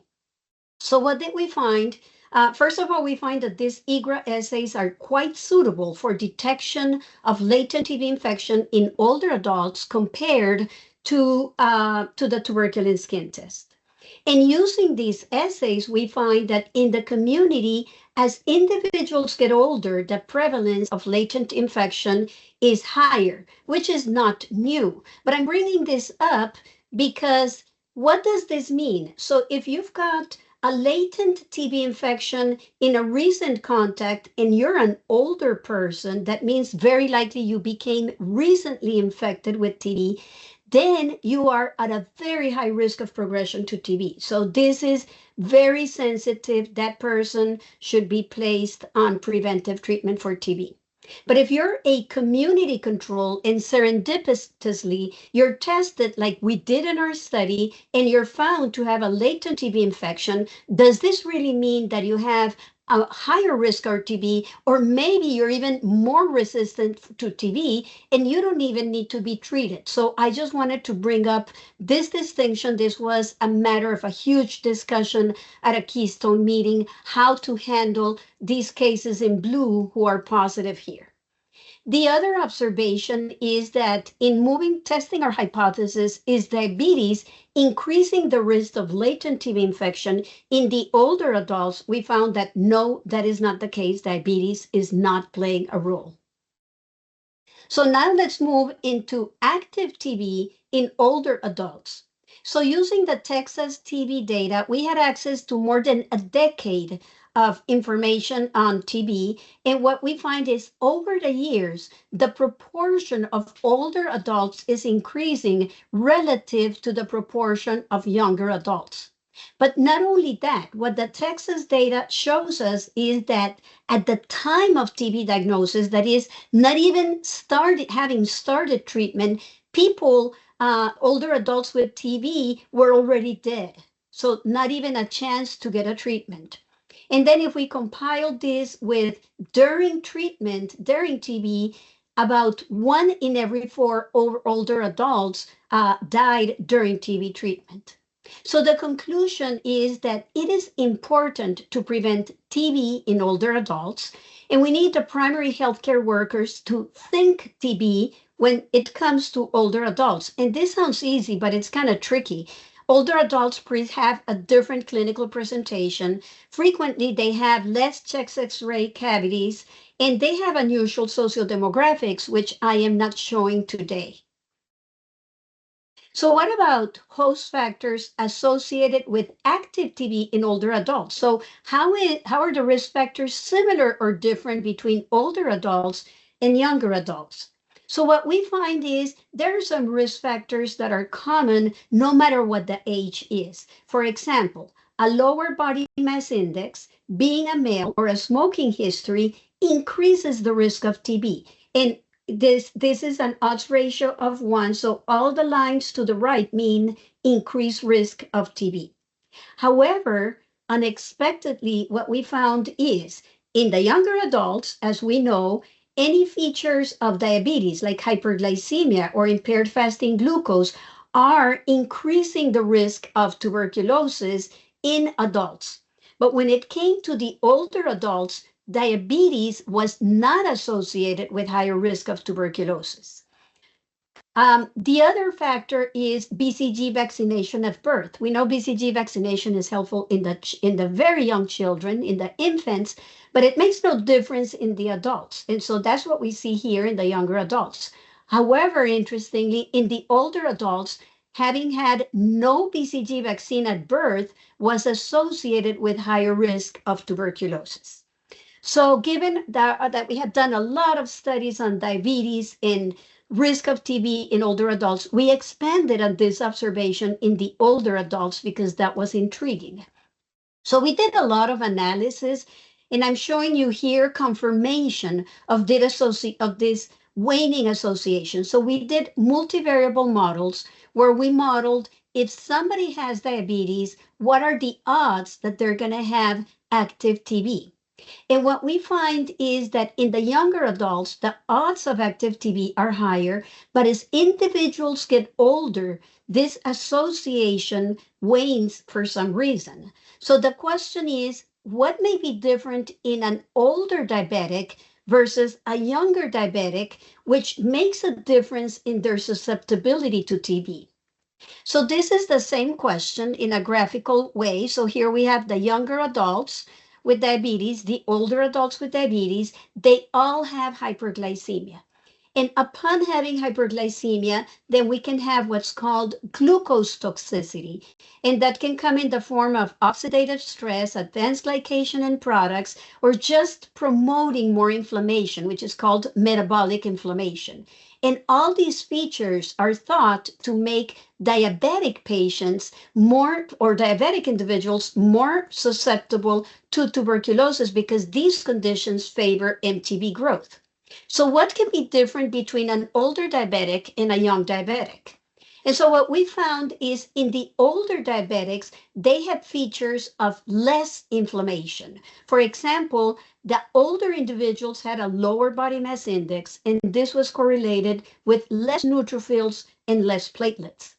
The older individuals also reported taking more pain medications, including nonsteroidal anti-inflammatory drugs, which may dampen this inflammation that is promoted by the hyperglycemia. So this less inflammation may dampen this probability of MTB growing more. The other difference between them was that younger diabetics had more insulin resistance than older diabetics. But what may insulin resistance have to do with controlling MTB growth? Well, we know that insulin binds to its receptor on cells like adipocytes, muscle cells, and then it induces a signal transduction that favors the entry of glucose from the blood inside the cells, and this favors glycolysis. So in a younger diabetic, there's going to be more insulin resistance, and this signal transduction is dampened. And what if this cell is not an adipocyte or a muscle cell? What if this cell is an immune cell where insulin also signals? It's been shown that glycolysis is important for controlling MTB. So we think that this may be an explanation. So it's just different mechanisms to reach the hyperglycemia that may have an impact on immune function and susceptibility to TB depending on the age of the diabetic individual. So, okay, diabetes does not influence latent TB infection in older adults. It doesn't influence the the higher risk of TB in older adults, but maybe it influences death. I already mentioned death is huge. So we evaluated that. This is from the data set from Tamaulipas. So we modeled if somebody has diabetes, are they going to be more likely to die during TB? And so what we found is in young adults, middle-aged adults, or old, none of them have a line here to the right, which means no, diabetes does not increase the odds of death from TB in any age group. Not only that, but in the older individuals, it seems to be protective, and having diabetes can even be associated with protection from death during tuberculosis.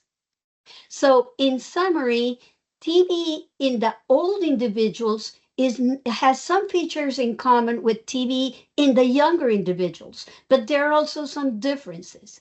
And an interesting difference is the impact that diabetes may have on older adults versus younger adults. So for years, I've studied how diabetes is a risk factor for active TB in the younger adults, and not in my site, but in many sites in the world, and Andrew mentioned this, diabetes is a risk factor for death during TB. So in the older adults, we just don't see that. So the older adults, just for ethical reasons, they are vulnerable and they deserve to be studied so that they can have improved clinical care.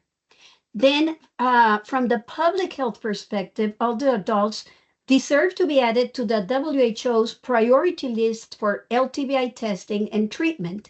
And these guidelines include children under the age of 5, people with HIV, and vulnerable populations, but they don't specifically list old age as a vulnerable population. And I think worldwide, we just need to increase awareness and consciousness of the importance of TB in older adults. And then in primary healthcare settings, we need to make sure there's more awareness of TB in older adults. They come in with a different clinical presentation, different epidemiology, so the physician may not be considering this group as having TB. This may cause the delays in diagnosis and increase the proportion of deaths in this age group. So I want to finish by acknowledgments. I'll be brief, but it takes so many people to do these EPI studies. So a lot of the data that I presented was done by a student in my lab, in my past lab, Belinda Medrano. I want to acknowledge Joanne Turner, who, when she was at Texas Biomed, convinced me of the importance of studying older adults together with Larry Schlesinger, Jordi Torreyes, and Julia Scordo. And I want to acknowledge the Mexican Health Department, the Secretaría de Salud, particularly Monserrato Garcia Viveros, who had access to the data set, and to the Texas Department of State and Health Services. Very special thanks to Sandra Morris and her TB surveillance team for sharing the data with us so we can expand and do these additional findings besides all the important information that they already provide us. And Lana Yamba from Region 11 for working with us. And I want to acknowledge my teams in Texas, Reynosa, Matamoros, for gathering all the data, curating the data for interpretation and the results that I'm presenting today. Thank you. Thank you so much, Dr. Restrepo, for that great presentation. Now I would like to introduce our last speaker for today, Dr. Jeffrey Stark. Dr. Stark is an internationally recognized expert in management of childhood tuberculosis and mycobacterial infections. He has participated in the writing of numerous clinical guidelines for the City of Houston, State of Texas, the CDC, the American Thoracic Society, the International Union Against Tuberculosis and Lung Disease, and the World Health Organization. Please welcome Dr. Jeffrey Stark. And Dr. Stark, give me just one moment while I bring up your presentation. Sure, and thank you, Delfino. I appreciate that. I apologize to everybody. I'm having a little bit of technical issues, but hopefully we have everything on track now. Delfino, do I have control now? I'm working on that right now. Oh, okay. Give me just 1 second. Hold on. Sure, let me know. I'll just start by saying it's a pleasure to be here today, and I'm honored to be asked to give this talk. A little different talk, I think, than from some of the other ones. This is a sort of more of attempt to perspective on somebody who's been doing childhood TB for 40 years in the state of Texas. I tell people I guess I'm considered an expert in TB. I'm not sure. It's a wonderful thing that I became an expert on TB with my entire career being in Houston, Texas. I think it says a little something about our tuberculosis issues as well.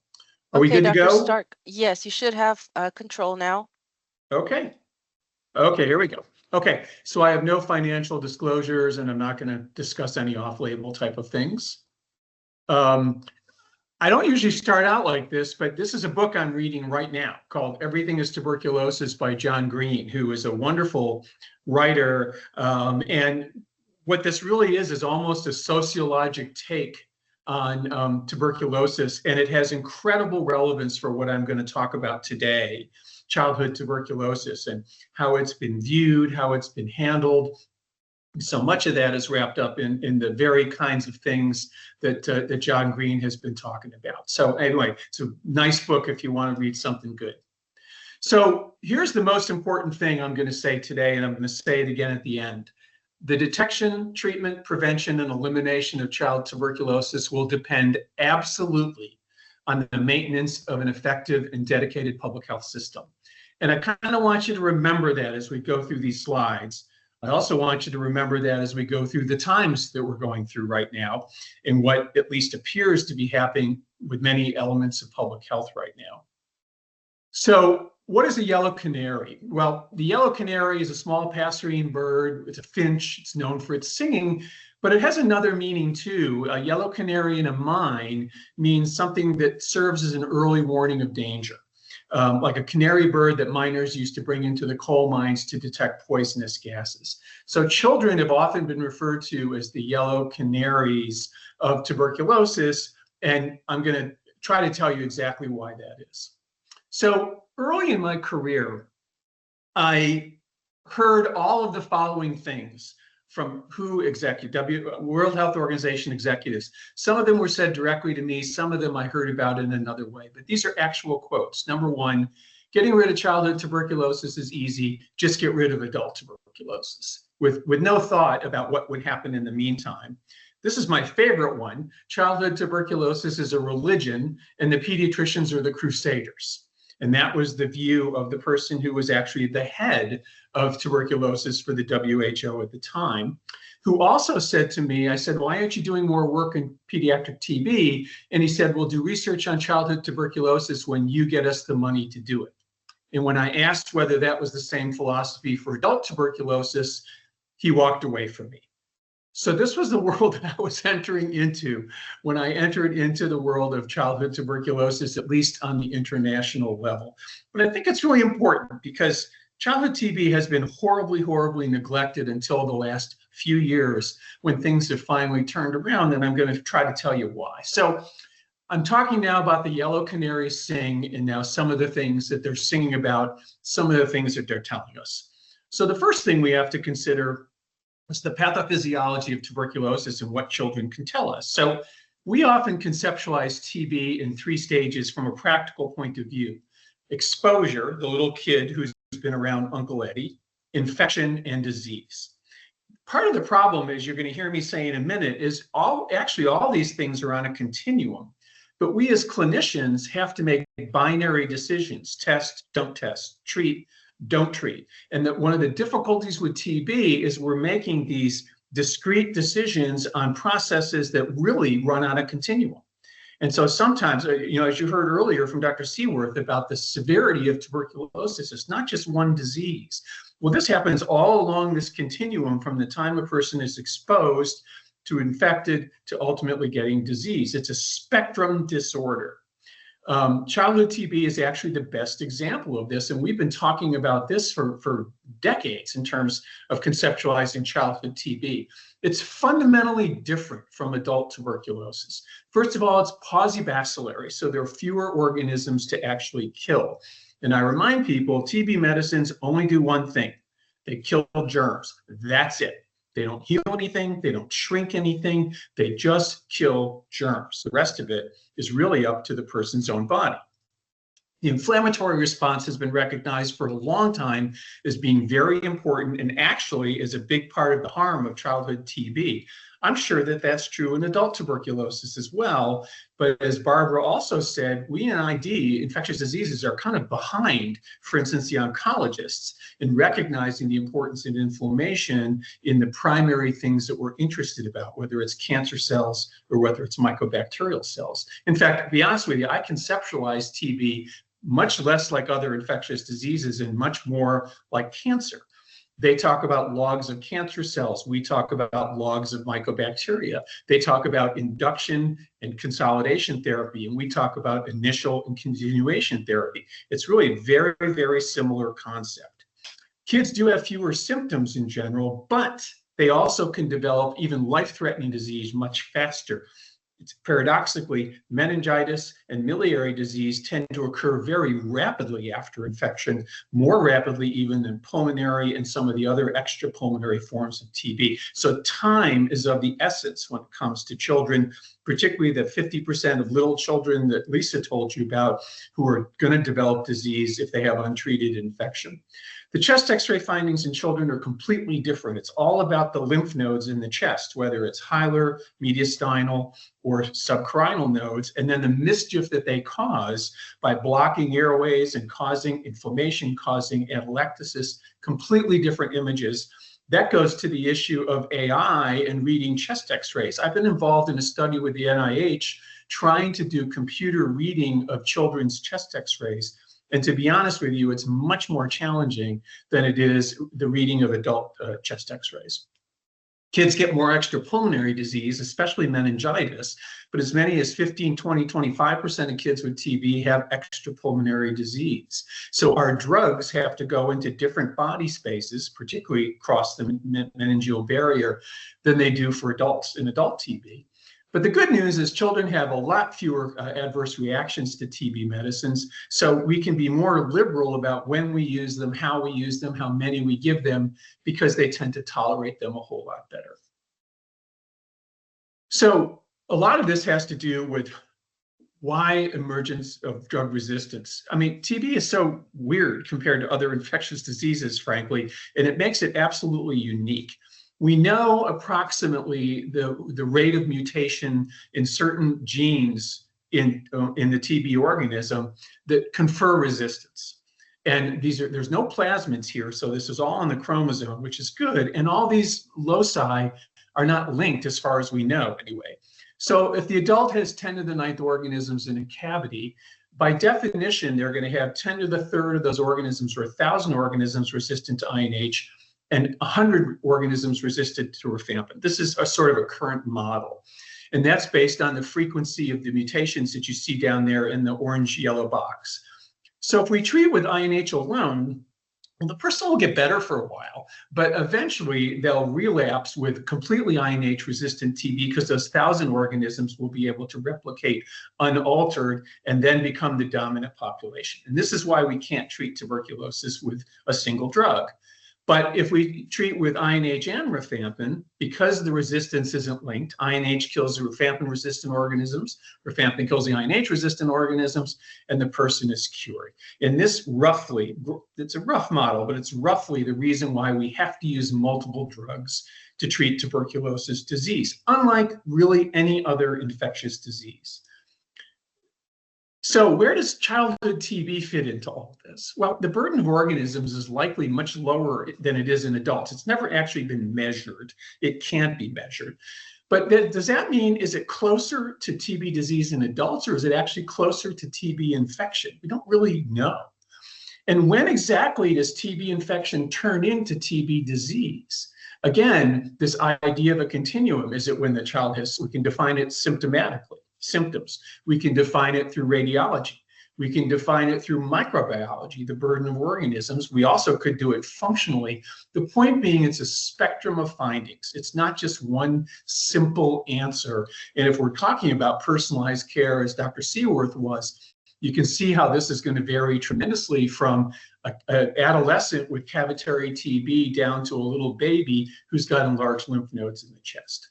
Some of what we see on the X-ray, and certainly some of the symptoms, actually comes from the immunologic response to the organism, not to the actual burden of organisms themselves. So the whole way we conceptualize childhood TB is fundamentally different from how we conceptualize adult tuberculosis. So this is how we conceived of TB in 1983. Please notice I put up there the word latent wasn't actually added till the 1990s. Some of you who are a little bit younger may not realize that. I was at the meeting when the internist added the word latent. Before then, it was always called tuberculosis infection and tuberculosis disease. And of course, now that's what we've reverted to in pediatrics. We've gotten rid of the word latent because it doesn't serve us well in a lot of ways. And now we have these two different boxes. Again, the reason being we have to make a choice of treating one way or treating the other way. But you already can see, I hope, in children, there's this whole idea of a continuum. But now we even recognize this continuum in adults. And this is from one particular study, sort of saying what happens when a person breathes in Mycobacterium tuberculosis. And they can immediately eliminate it. They can have rapid reactivation or activation of disease. And there's this whole idea now of subclinical TB, which is very important. There have been studies from India showing that half of all transmission in India is occurring in people who have subclinical disease. And these are the folks who sort of have milder symptoms. They're not so sick. They may not even present for medical attention. They may think they have bronchitis or something else, but they're actually coughing and spewing out Mycobacterium tuberculosis.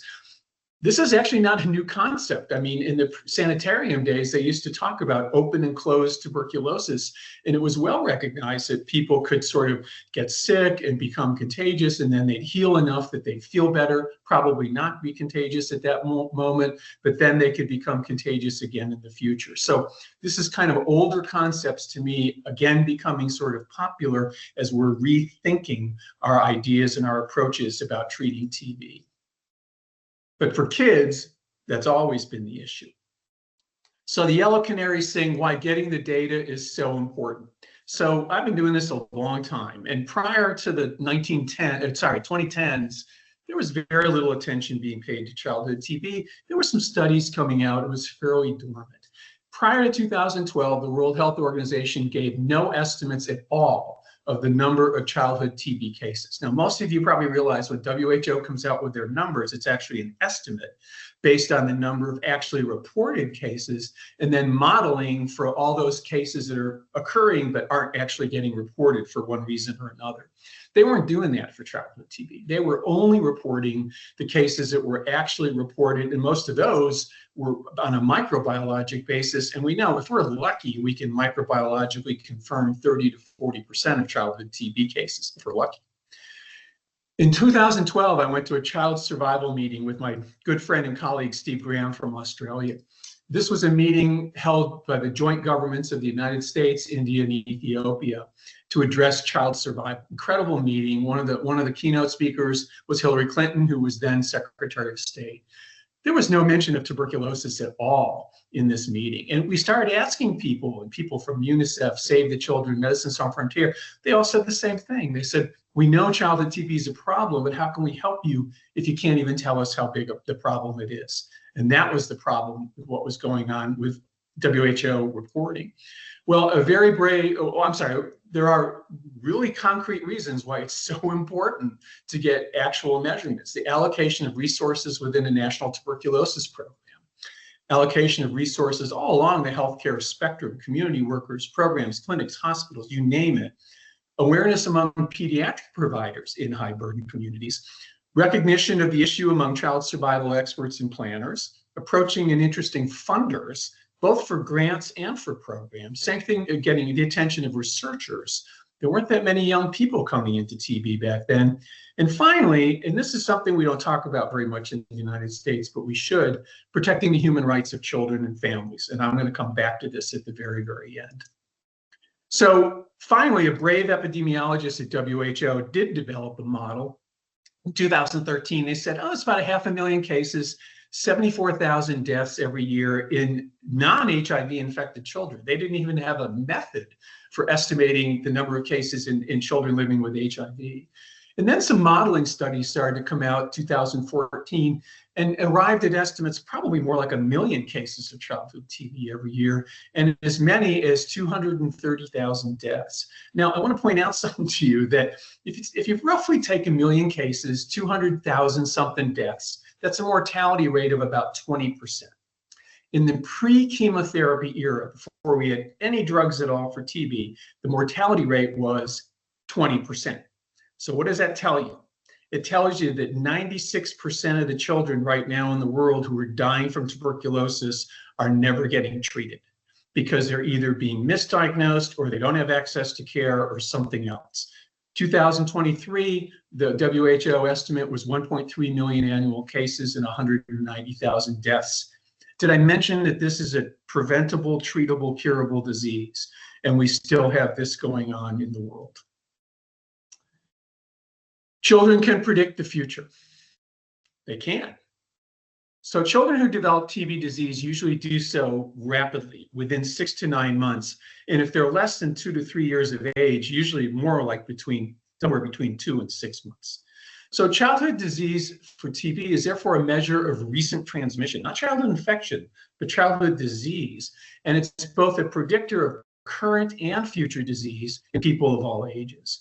So the analysis of childhood TB is a key quality indicator of a tuberculosis program.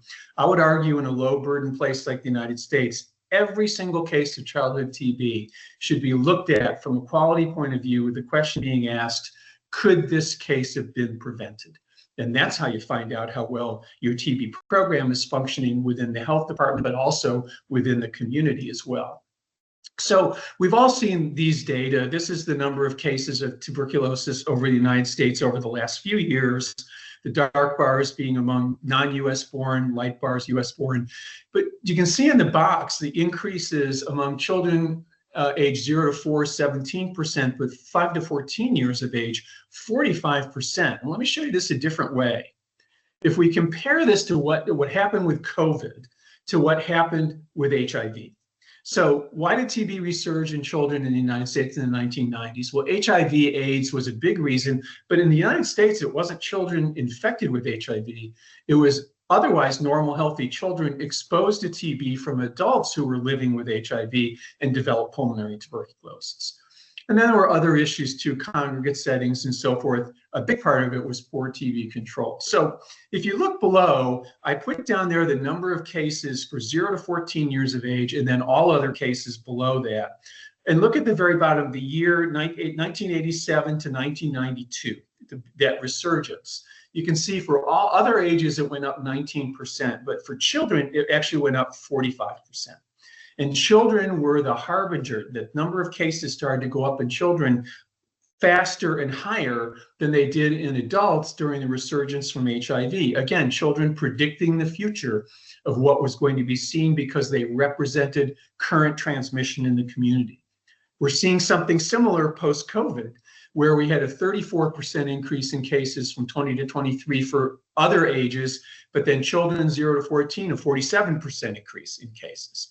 And many of us predicted that we were going to see this, that we were going to see more TB in children because delays in diagnosis in adults meant more children were getting infected, contact investigations weren't happening, and that we were going to pay the price for that. And that's exactly what has happened. The importance of contact tracing. For children, TB contact tracing is everything.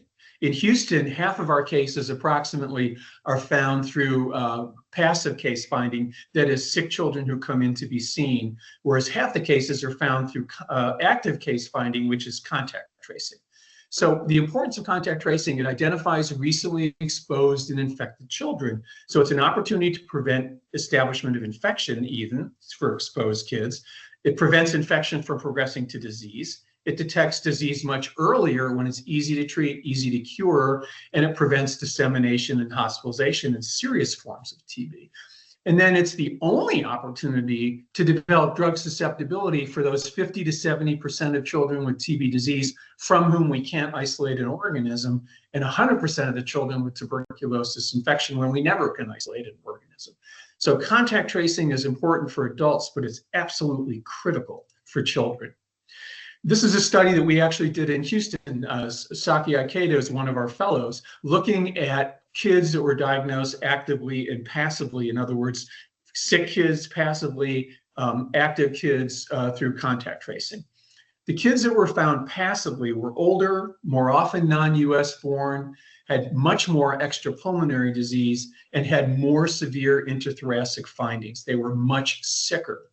Whereas the kids found through contact tracing, and again, these are kids with disease, they were often asymptomatic or had very mild symptoms, had isolated adenopathy, and had also, paradoxically, had more availability of drug susceptibility data. We were more confident we were treating them with the right drugs because we had Uncle Eddie, because we had the source case, we had cultures from that person, so we knew the susceptibilities for the child. So contact tracing is just everything. So this is the next thing about the yellow canary sing. There is no substitute for trained, dedicated public health workers who understand tuberculosis.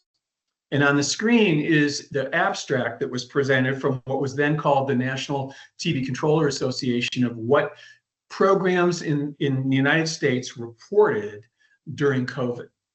And I know you can't see it very well, but I circled the box there in red, which is the proportion of close contacts being evaluated and treatment of what they call latent tuberculosis infection. And you can see very high numbers of programs reported reductions in their ability to do those things. We all know what happened with COVID. We wanted to do contact tracing with COVID. Well, who knows how to do contact tracing? TB people. And so they took them all. And if they were ever replaced, they were generally replaced by people who had much less experience. And we all know in TB, it takes a few years, takes some experience to really learn what you're doing and learn the subtleties of doing things like contact tracing. So again, this was another prediction of what we were going to see over the last few years with our new resurgence of tuberculosis, and particularly in children. And that's exactly what happened. And it's this simple thing. When you make TB control not work as well, children are going to get sick. The other thing the canaries are telling us is we need an effective vaccine. And I'm going to do this one quickly because it's so easy. BCG vaccines have been given to 45 billion individuals, yet we still have 11 million annual cases of TB in the world. BCG is not a very good instrument of TB control. It prevents young kids from getting life-threatening TB, to be sure, and I'm not saying it should be stopped, but it's never going to be the instrument that controls TB. No pathogen that's been transmitted from person to person through the air has ever been eradicated or even a big dent put in it through anything other than an effective vaccine. And we really need to be working much more, in my opinion, on developing an effective tuberculosis vaccine. Our canaries keep singing the need for adequate research and what happens when there isn't adequate research. As I said, things are pretty dormant prior to the 2010s, but think of what we've accomplished just in the last 10 to 15 years. The switch from the skin test to the IGRAs, now using IGRAs in children of all ages. Supported the decrease in treatment for non-severe TB from 6 to 4 months, and we may go even lower than that now, 8 weeks, as Lisa showed us. Support the use of 3-HP in children greater than 2 years of age, and now less than 2 years of age, if we can get some dosage formulations appropriate for young children. And then supporting all oral regimens for treating MDR and XDR TB in children. You know, in the United States, where we have trouble now getting bedaquiline and clofazimine rapidly, we still have to give, for instance, IV amikacin to kids at the beginning of treatment for MDR TB until we can actually procure these drugs, which usually takes at least a few weeks. Fortunately, we're not given IM streptomycin anymore, which was torture. We do have ongoing research needs, though, for children, for sure. We need better diagnostic testing, which is the holy grail, because microbiologic testing, a better vaccine, I would call the holier grail. That's the bigger one. earlier testing of new TB drugs in adolescents and children, because TB drugs are orphan drugs in the United States. And I'll say protamidid as an example.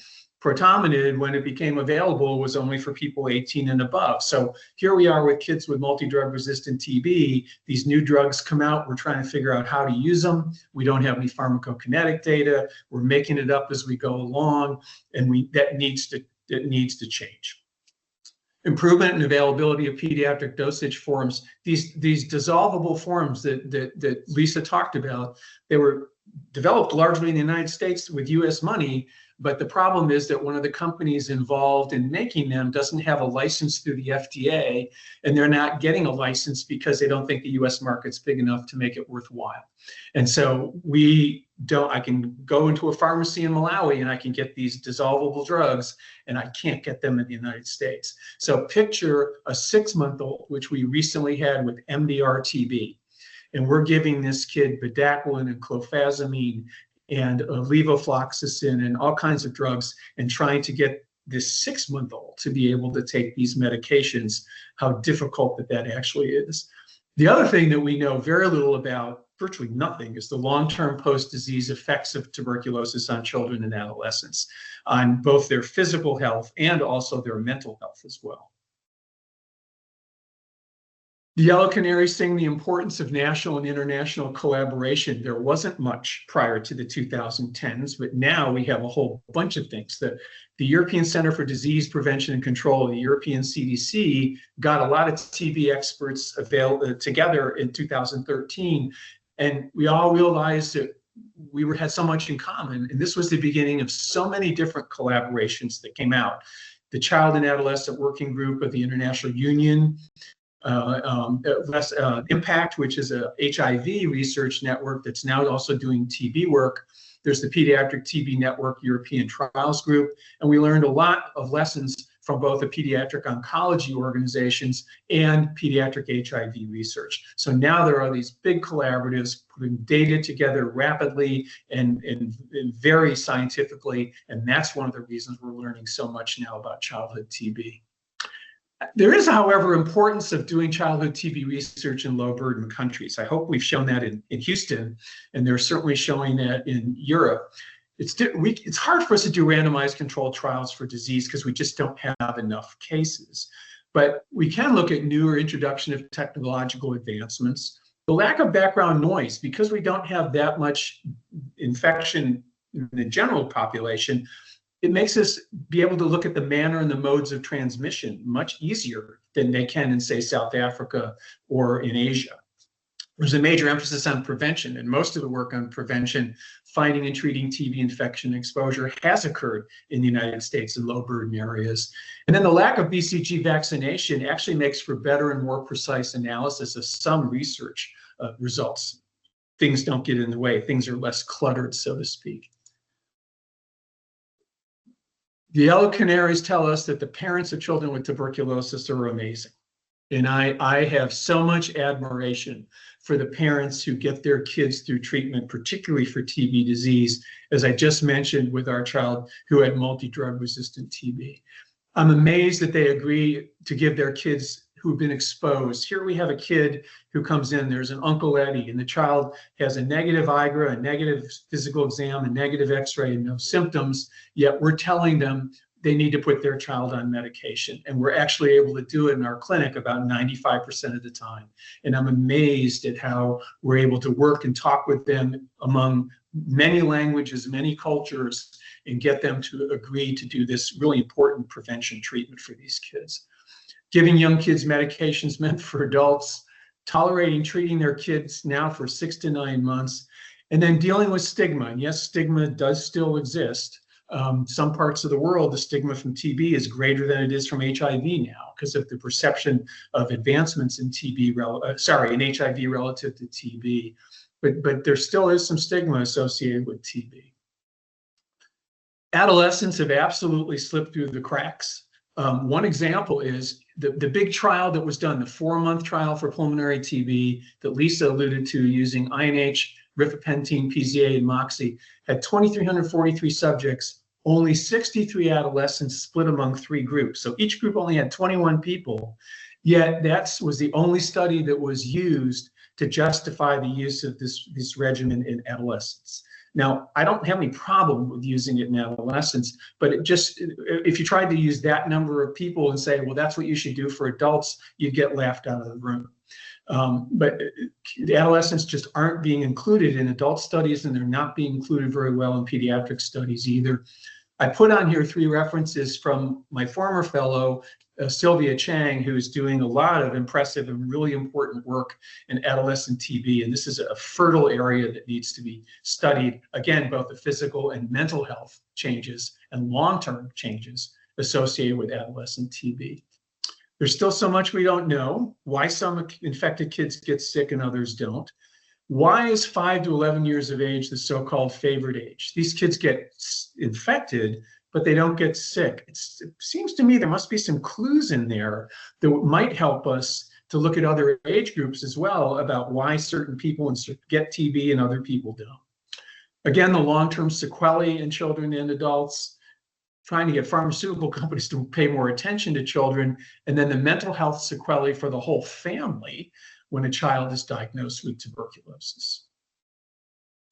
And finally, the fight for human rights is essential. So I was privileged to give the keynote talk at the opening ceremony of the Union annual meeting in Guadalajara in 2018.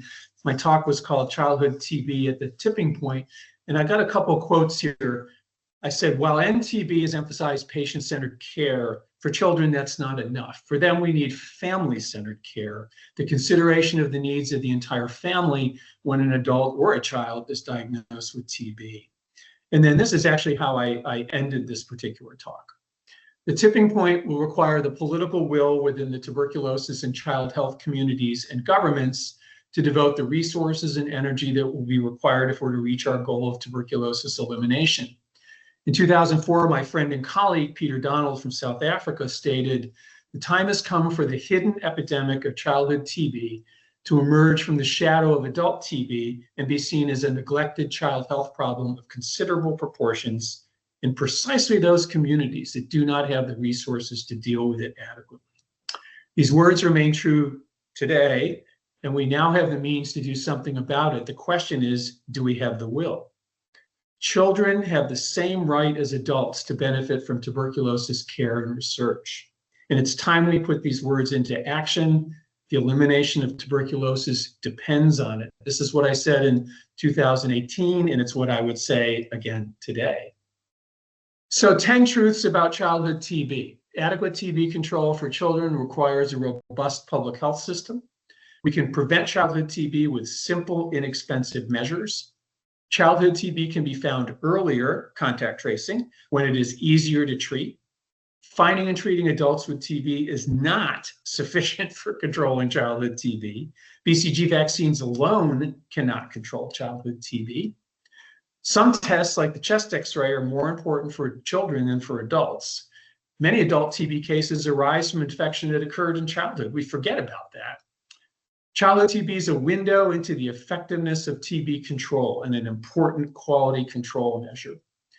Many children with TB are still being treated with medications designed for adults, and childhood TB is a neglected disease in most parts of the world. So this is my benediction. My career has been bookended by the pandemics of childhood HIV and SARS-CoV-2, while the pandemic of childhood tuberculosis has kept rolling along, hiding in plain sight. Unfortunately, COVID likely has set progress back by many years. We all know that. Children are at the forefront of this millennia-old pandemic, and the TB pandemic will continue until we devote all necessary resources to children, as we hopefully will do for adults. Fortunately, some really smart and dedicated young people are hard at work on this. But I have to end this now. We're back to the most important thing. The detection, treatment, prevention, and elimination of childhood TB will depend absolutely on the maintenance of an effective and dedicated public health system. And think about this in the time that we're in right now, if the public health system crumbles, we will have a resurgence of childhood TB, and children and adolescents will die needlessly.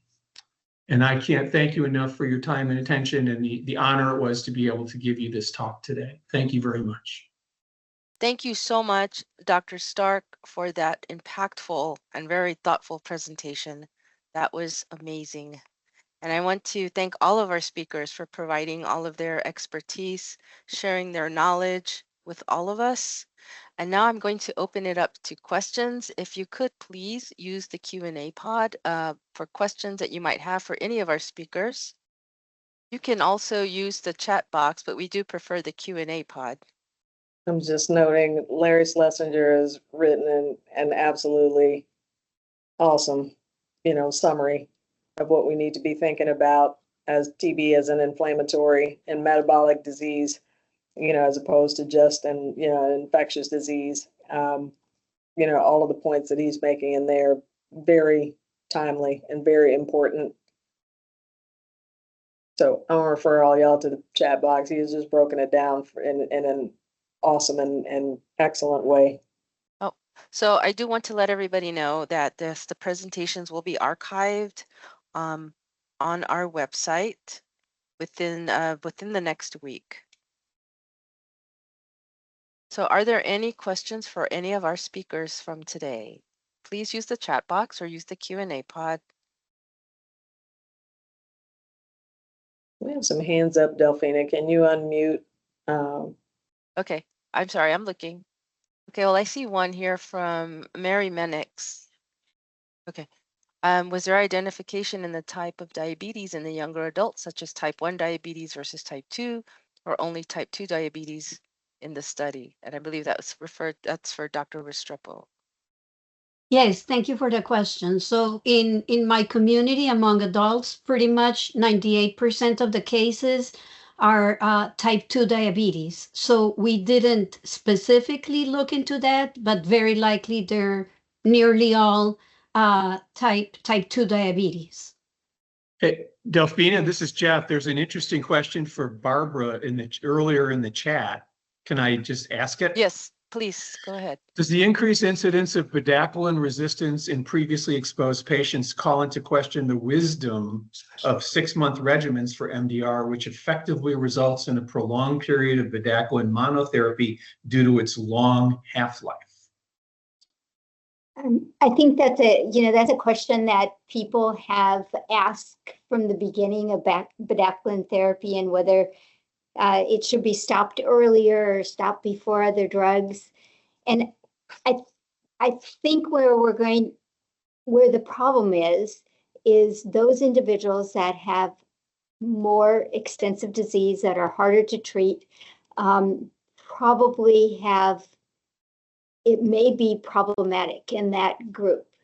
So I worry about things like linezolid toxicity and early stopping of linezolid, and that was alluded to in some of the early studies with the BPEL regimen.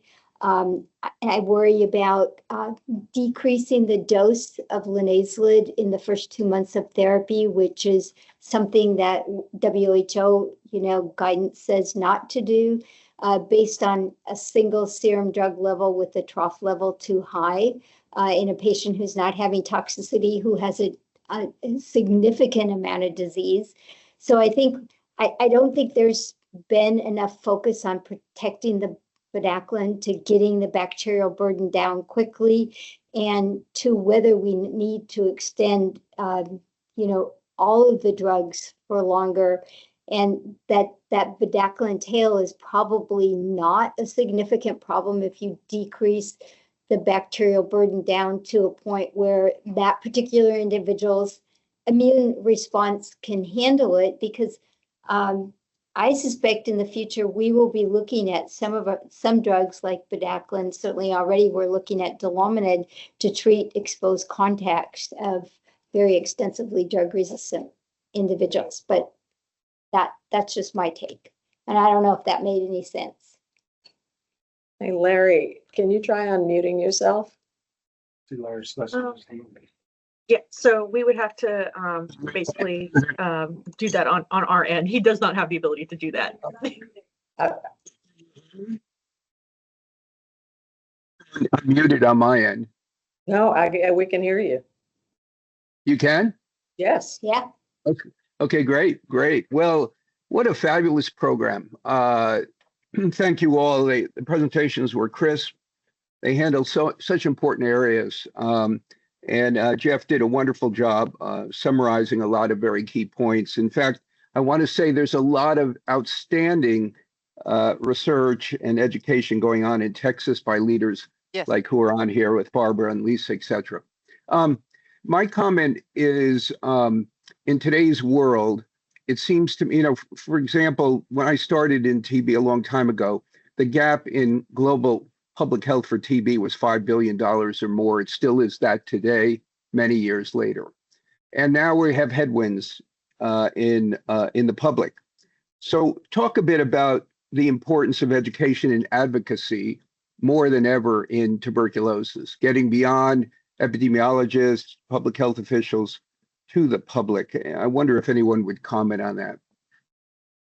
Well, this is Jeff. I'll give it a shot. For a long time, one of the organizations I always admired the most was ACT Out, because ACT Out got a whole fundamental government agency to fundamentally change how it does business. And I know it did it out of desperation. And I have to say, I've always been a bit disappointed that we haven't been able to really activate advocacy for TB the same way that we have for HIV and for some other things as well. I think, we're hindered. It's an old disease and people perceive it that way.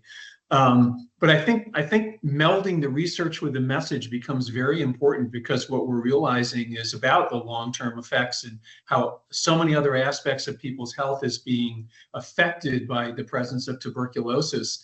And that needs to be really brought out. It leads to a much broader audience. It leads to other advocates who are interested in those other conditions that our patients are developing and having. And the bottom line is we need to remarket TB. I'm a big believer in branding and marketing, and we need to figure out how to better brand it, better market it, so it's a message that better resonates with the general population, but also with people who are making responsible leadership decisions. I don't know if that answers your question, Larry, but it's science is great, but it goes nowhere unless somebody has the message to get it out and get it going.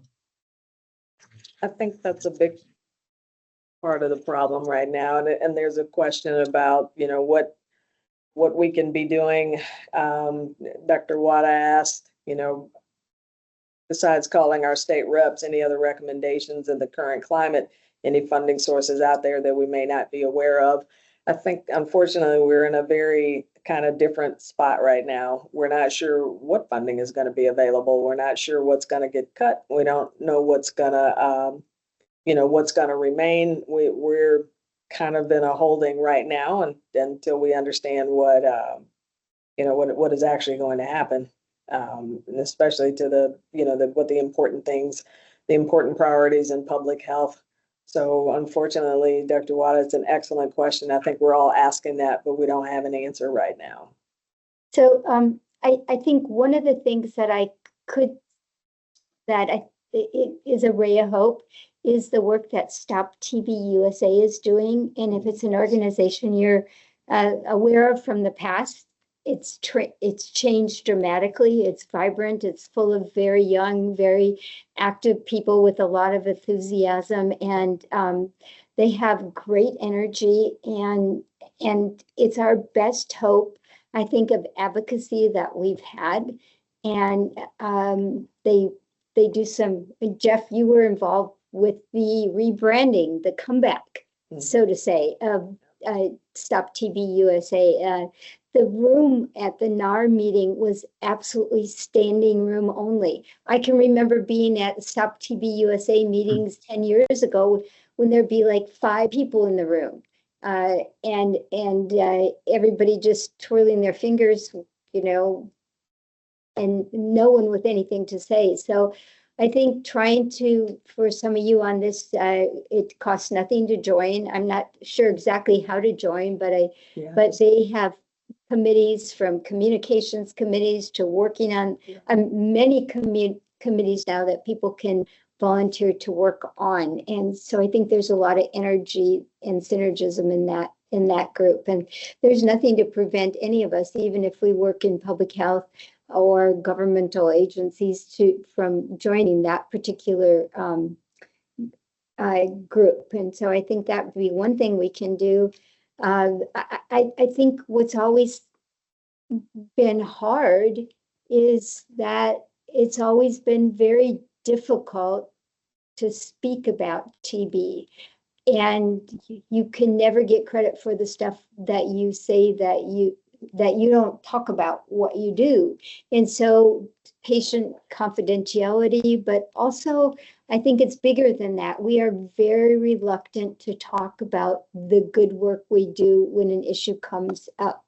And I think it's, and I don't really understand all the constraints around that, but oftentimes where we could get a lot of good press, then I don't think we'd have to compromise patient confidentiality. There's a lot of effort to keep that work very quiet. And Larry Schlesinger also made a point, put in plug for the NTRAC program that is actually, focused on training the researchers of the future in TB. There's 6 centers around the nation, and Texas has one of them right here, centered in San Antonio.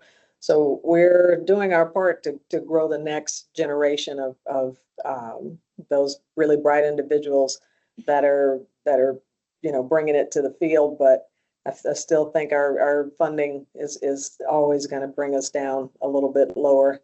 And the dissolvable TB meds, yeah, that would be great. They're not available in the U.S. They're not FDA approved, apparently. So the U.S. market for these drugs is something around less than 1% worldwide. And so it's a lot of money and a lot of effort to get medications FDA approved when they're going to have such a small market. And so we get overlooked for a lot of that. And I could rant on that for about, an hour, so I won't, but I will just tell you, I'm really irritable about this. That is a sore point with me. The U.S. funding goes into a lot of the Global Fund, and we've been a big part of the research for this. And it benefits our children when we understand how we can use these drugs and how they're safe. But we would also like some of those yummy, tasty things. I wanted to give Laura Lacoste an opportunity to ask her question. Laura, you can unmute your mic when you're ready. Thank you so much. Thank you guys for having this. We can barely hear you, Laura. Hold on 1 second. There you go. It's better. Yeah, we can hear you. Is that better? Okay. I want to thank you all. So informative as always. We really appreciate you all. I don't know if anybody else is having this problem. I can't enter anything in the chat. It keeps saying refresh if you're having trouble to load. So maybe that's why you're not having many questions. I don't know. I can't even see it at all. But just a quick question. We always have patients come in that ask for that are LTBI and say, well, when can I get my retest to show that I'm negative? And we tell them that there isn't one. Do you guys know of one? And I apologize if I missed it. Of someone that's extremely intelligent that's making a new test for us to maybe be able to test our patients as negative? Nope. I'm sorry, that was ugly. But I think asking Dr. DiNardo if he's still on, that would be a question. But right now, the answer is no, we do not have one. And that's part of what we like. Okay, so here's what I tell my patients. I'm like, the test we have will tell me, it's basically somebody standing at the door. You walk up to that person, you ask, did you see a serial killer go in that house? And they say yes. Well, the most important question is, are they still in there? Well, they don't know. So basically, did you see a serial killer go in there? Yes. So we can tell you if the bug got in your body and you had an immune response to the fact that the bug was in your body. Is it still in there? We have no idea. Like, did you kill it? Is it, still, is it getting rowdy? We don't know until you go from where you were with, before you were tested and before you got and progressed to active disease. We have no clue.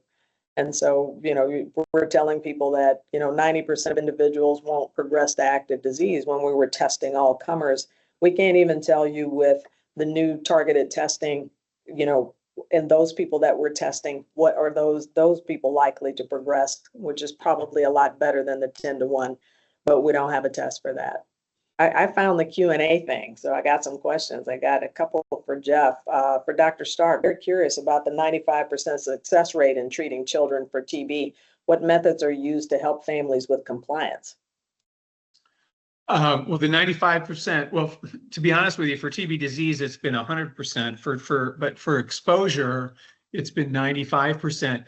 The key is sitting down and talking to them and explaining things in plain, simple language. You know, the average person has a hard time, I think, with relative risk.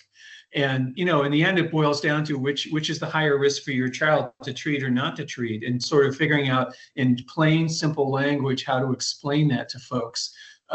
Works a huge majority of the time, but it takes time. And really going through, I mean, we start at the very beginning. What is TB? It's a germ, you know, it infects your body. I just talk to people. And in the end, to be honest with you, I say to them, if your child were my grandchild, I would do this 100% of the time. And I'm not afraid of making statements like that. And, but it's just talking to them, relating to them as much as you can. There's no magic to it. I think, so I addressed the question of why can't we get palatable pediatric TB medications if they're available? FDA, you know, the companies have to be willing to go through the FDA to get approval. And right now we're kind of a tiny piece of the market.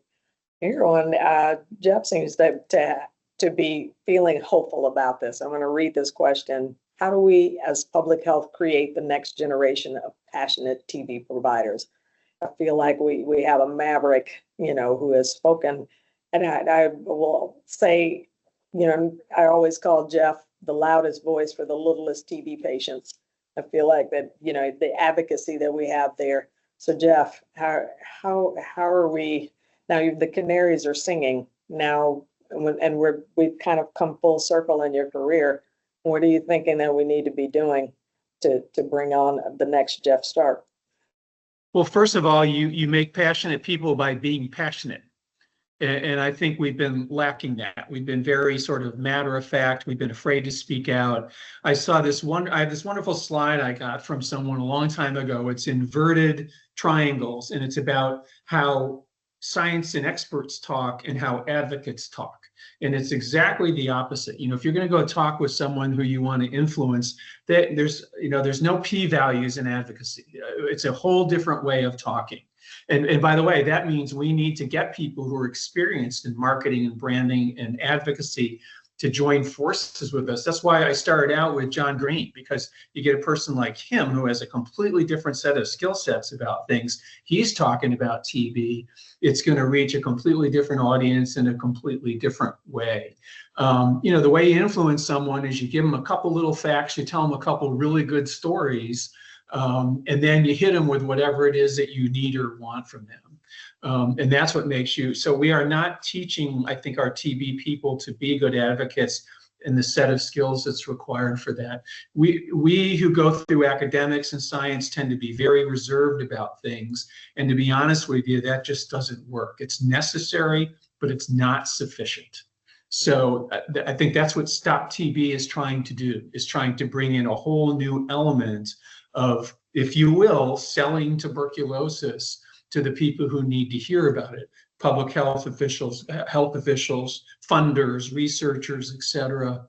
We do have a nice little army of young researchers who are interested in TB, and I would argue we need to include in their skill sets the ability to translate their research to the general public and to decision makers. I especially agree with that. So there's another question in the chat box. This is for Dr. Stark. Active CI is at times completed via phone calls due to resource constraints. What are your thoughts? Well, I'm a people person, and I believe in person-to-person contact. And so I think it's not going to be as successful. We're lucky in Texas. We still do directly observed therapy for all kids with disease and most of the kids who are in the exposure stage as well, who are picked up through contact tracing. And I got to sing the praises of our health departments and recognizing the importance of that. We fell off a little bit during COVID, and I know we just had a big summit in the Houston area to try to get us all sort of back on theme and back on board. And it's a constant process. We are now, I think, and Sandra, you might want to weigh in on this, but we're kind of educating and re-educating a new generation of people in the public health side of TB who came into this post-COVID and didn't necessarily have the long-term experience. And that's something we need to work on, I think, probably all over the country. No, you're absolutely correct. And there's certainly much more work to be done on that front in terms of, really educating our workforce. We really do need to ensure that there's a clear understanding about just how tuberculosis impacts individuals, thinking about the mental health component when we're discussing TB with our patients. So there's quite a bit that needs to be done in really being able to connect with patients. And I agree with you that when we talk about contact investigations, the most effective way of conducting that activity is through that person-to-person engagement, not through a phone call. Yeah, in fact, ideally in the location where transmission may have occurred, because I think an experienced investigator will see things, notice things that you can't possibly do through a phone call. Here's Another a question. Yeah, were you going to read Dr. Bibinager's question, Delphina? No, there's one from Dr. Wada, and then there's another one before that, but. Okay, so this is for one of Dr. Armitage or Dr. Seaworth. Can you give an explanation of 7-day regimen for cases on RIPE when only 5 days count? Okay, so this is a discussion I have with my patient. Unless y'all are going to go in on the weekends, you can't observe the doses. But I tell my patients all the time, I quote them, basically, if you do 5 day a week dosing and a 6-month regimen, your cure rate is somewhere in the 80s. If you go 6 days a week, it goes up into the 90s. And then with 7 days a week, it's in the high 90s. So I tell my patients that I don't see you take the meds, but I make sure every patient is provided with weekend dosing.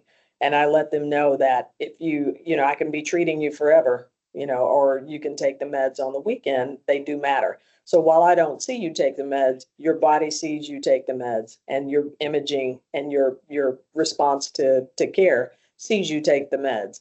So, in VDOT, you put patients on 7 day a week dosing, but in the in-person, you count, 5 days a week, but 39 weeks or 26 weeks, or you do 7 days a week and you do, 26 weeks. You still have the same amount of time, the same number of doses, that are counting, but I count every dose, including the weekend doses. As far as I'm concerned, they all count.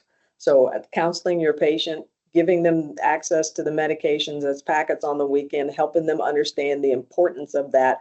The same thing Dr. Stark is talking about, sitting down, convincing a parent that to give their child medications every single day for sometimes protracted periods of time. You have to have those same hard conversations with your patients. So I would say that every dose counts, and especially since the data shows that you have better outcomes if you're taking it 7 days a week. You have to get the patient buy-in. I tell them, I'm putting the weapons in your hand to cure yourself. I can see you 5 days a week, but the 2 days a week on the weekend, that's almost another half a week that they get by just taking those doses on the weekend. So. Okay, the next. Okay. Okay, this is the next question from Dr. Wada. The level of TB funding has remained static, county, state, and federal funding. Besides calling our state representatives, any other recommendations in our current climate? Any funding sources out there that we may not be aware of? I agree with Barbara. Stop TB USA is a big option. they do have some very young, dedicated folks who are much more versed in advocacy. They understand that a lot of us work for state or local, government entities. And some things you have to do from personal emails, for example, they understand all of that. So they have mechanisms built in place to help you use your personal cell phone to make calls to your senator. They will help you find your senator or your state rep or your your congressman or woman. They will help you with all of that. They try to make it a little bit easier for you. So I would recommend everybody on here go to Stop TB USA and sign up. They have a newsletter and they'll help walk you through some of the things that you can do, understanding that a lot of us, there are things that we just, we cannot do or won't feel comfortable doing. Okay, now we can go to Dr. Bibinagar's question. Dr. Bibinagar asked, a hard question. I mean, basically, bedaquiline, the patent, is expiring. And so now there's, the opportunity for much more affordable generics. And then, the question is, do we see any future where the US, would support expanded access through voluntary licensing, patient waivers, or global procurement partnerships? This is what we were doing through the Global Fund. This is how we were making drugs available to people who normally would not have access. But that was until a lot of things changed recently. So I don't know. I right now things are in flux, and I think we do not know. I think it's important that we're here together, that we're motivated, and that we're asking the questions. But right now, it's hard to see that, where things are going to head with that. One thing I want to mention is that the WHO is putting out all kinds of announcements now, to be perfectly honest, of alarm that already what's happened with the international funding and what is projected to happen with the loss of international funding, largely from the United States, is that TB programs all over the world are going to be in trouble. And we know no matter what changes are made, the world is a pretty small place right now, and all that's going to blow back on the United States over time. And I think trying to incorporate that into the message that what happens in the rest of the world does matter when it comes to the United States. That to abandon public health abroad is tantamount to abandoning public health in the United States.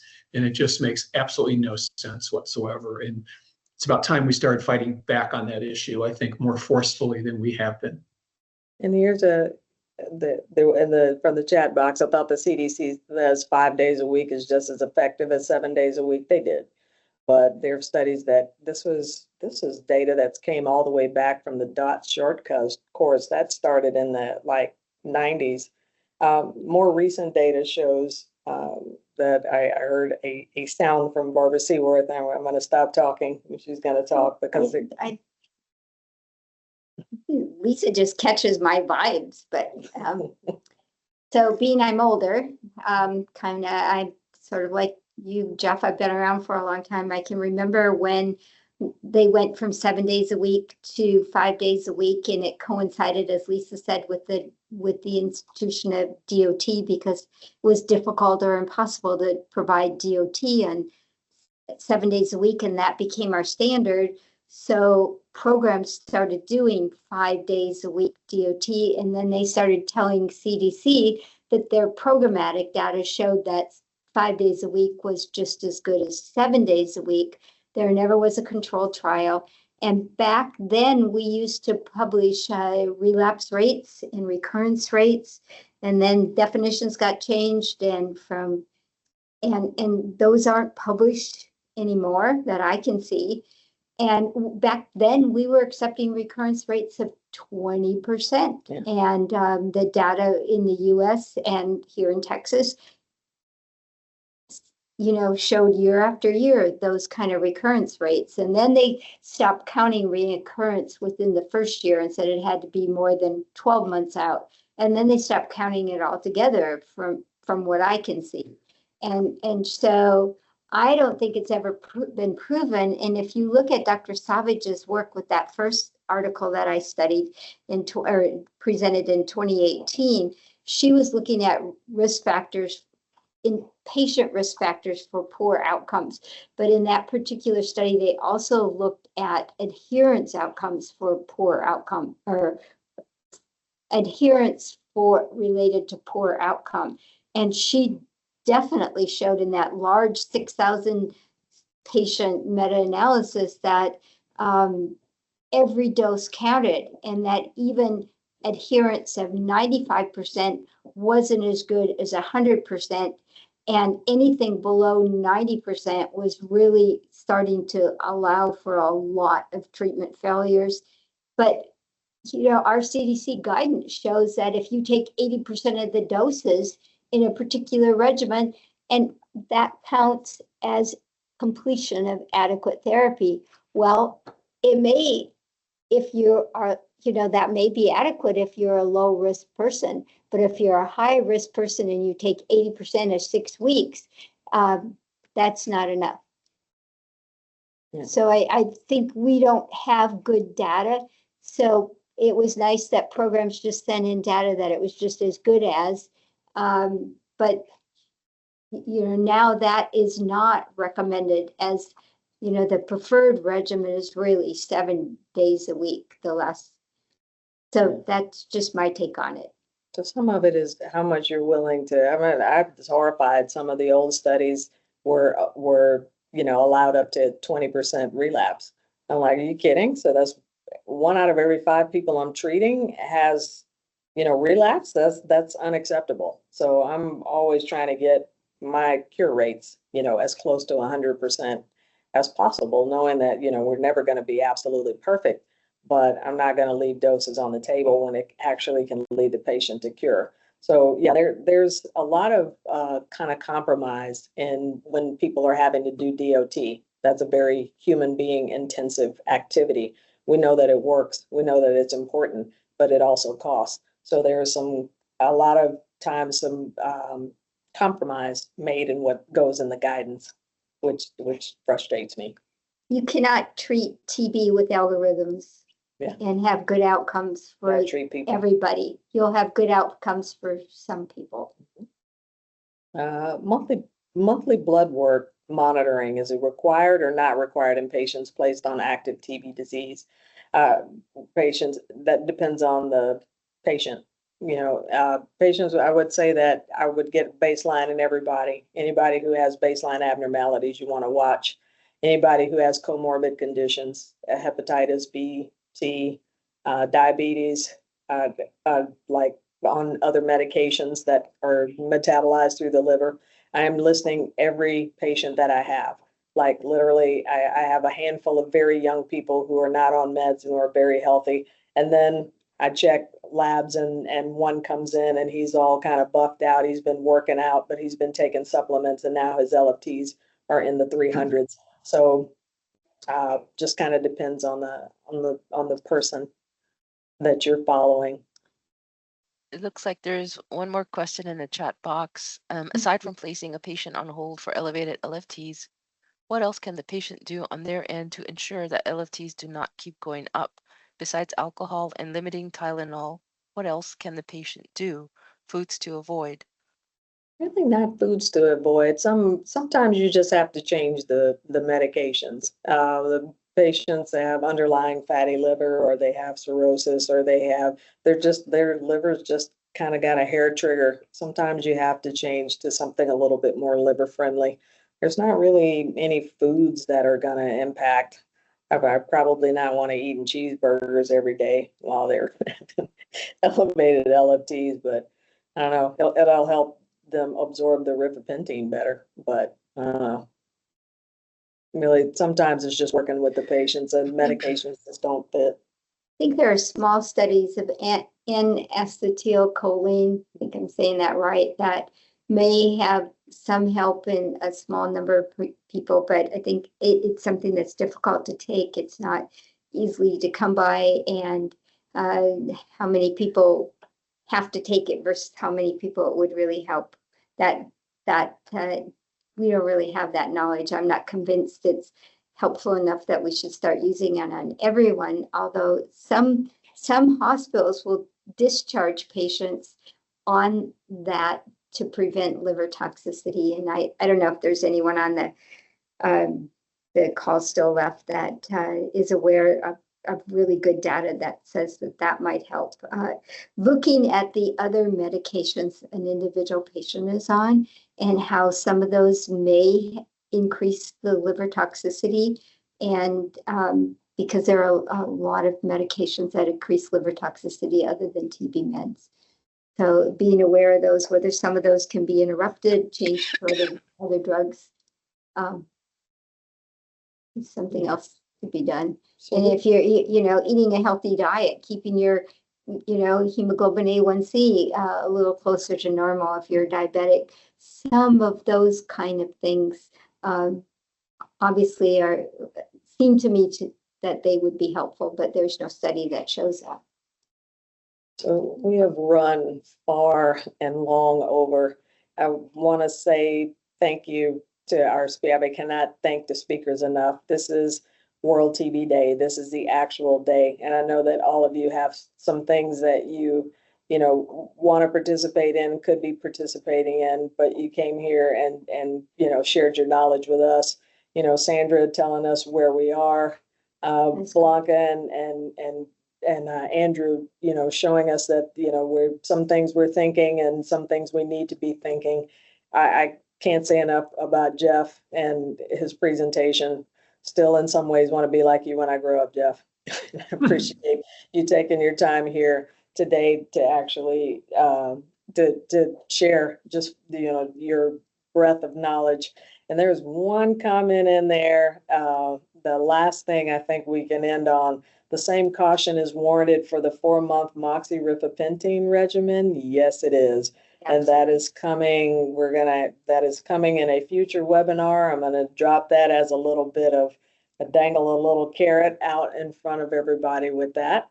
And just if we're, I guess we can tidy up on the CEs and information, Delphina. All right. Thank you everyone so much. And a huge thank you to all of our speakers who took their time to share their expertise and experience. We greatly appreciate you for everything that you do. And for those, lastly, for those that are interested in obtaining CMEs and CNEs for this webcast, please stay on for just a few minutes more.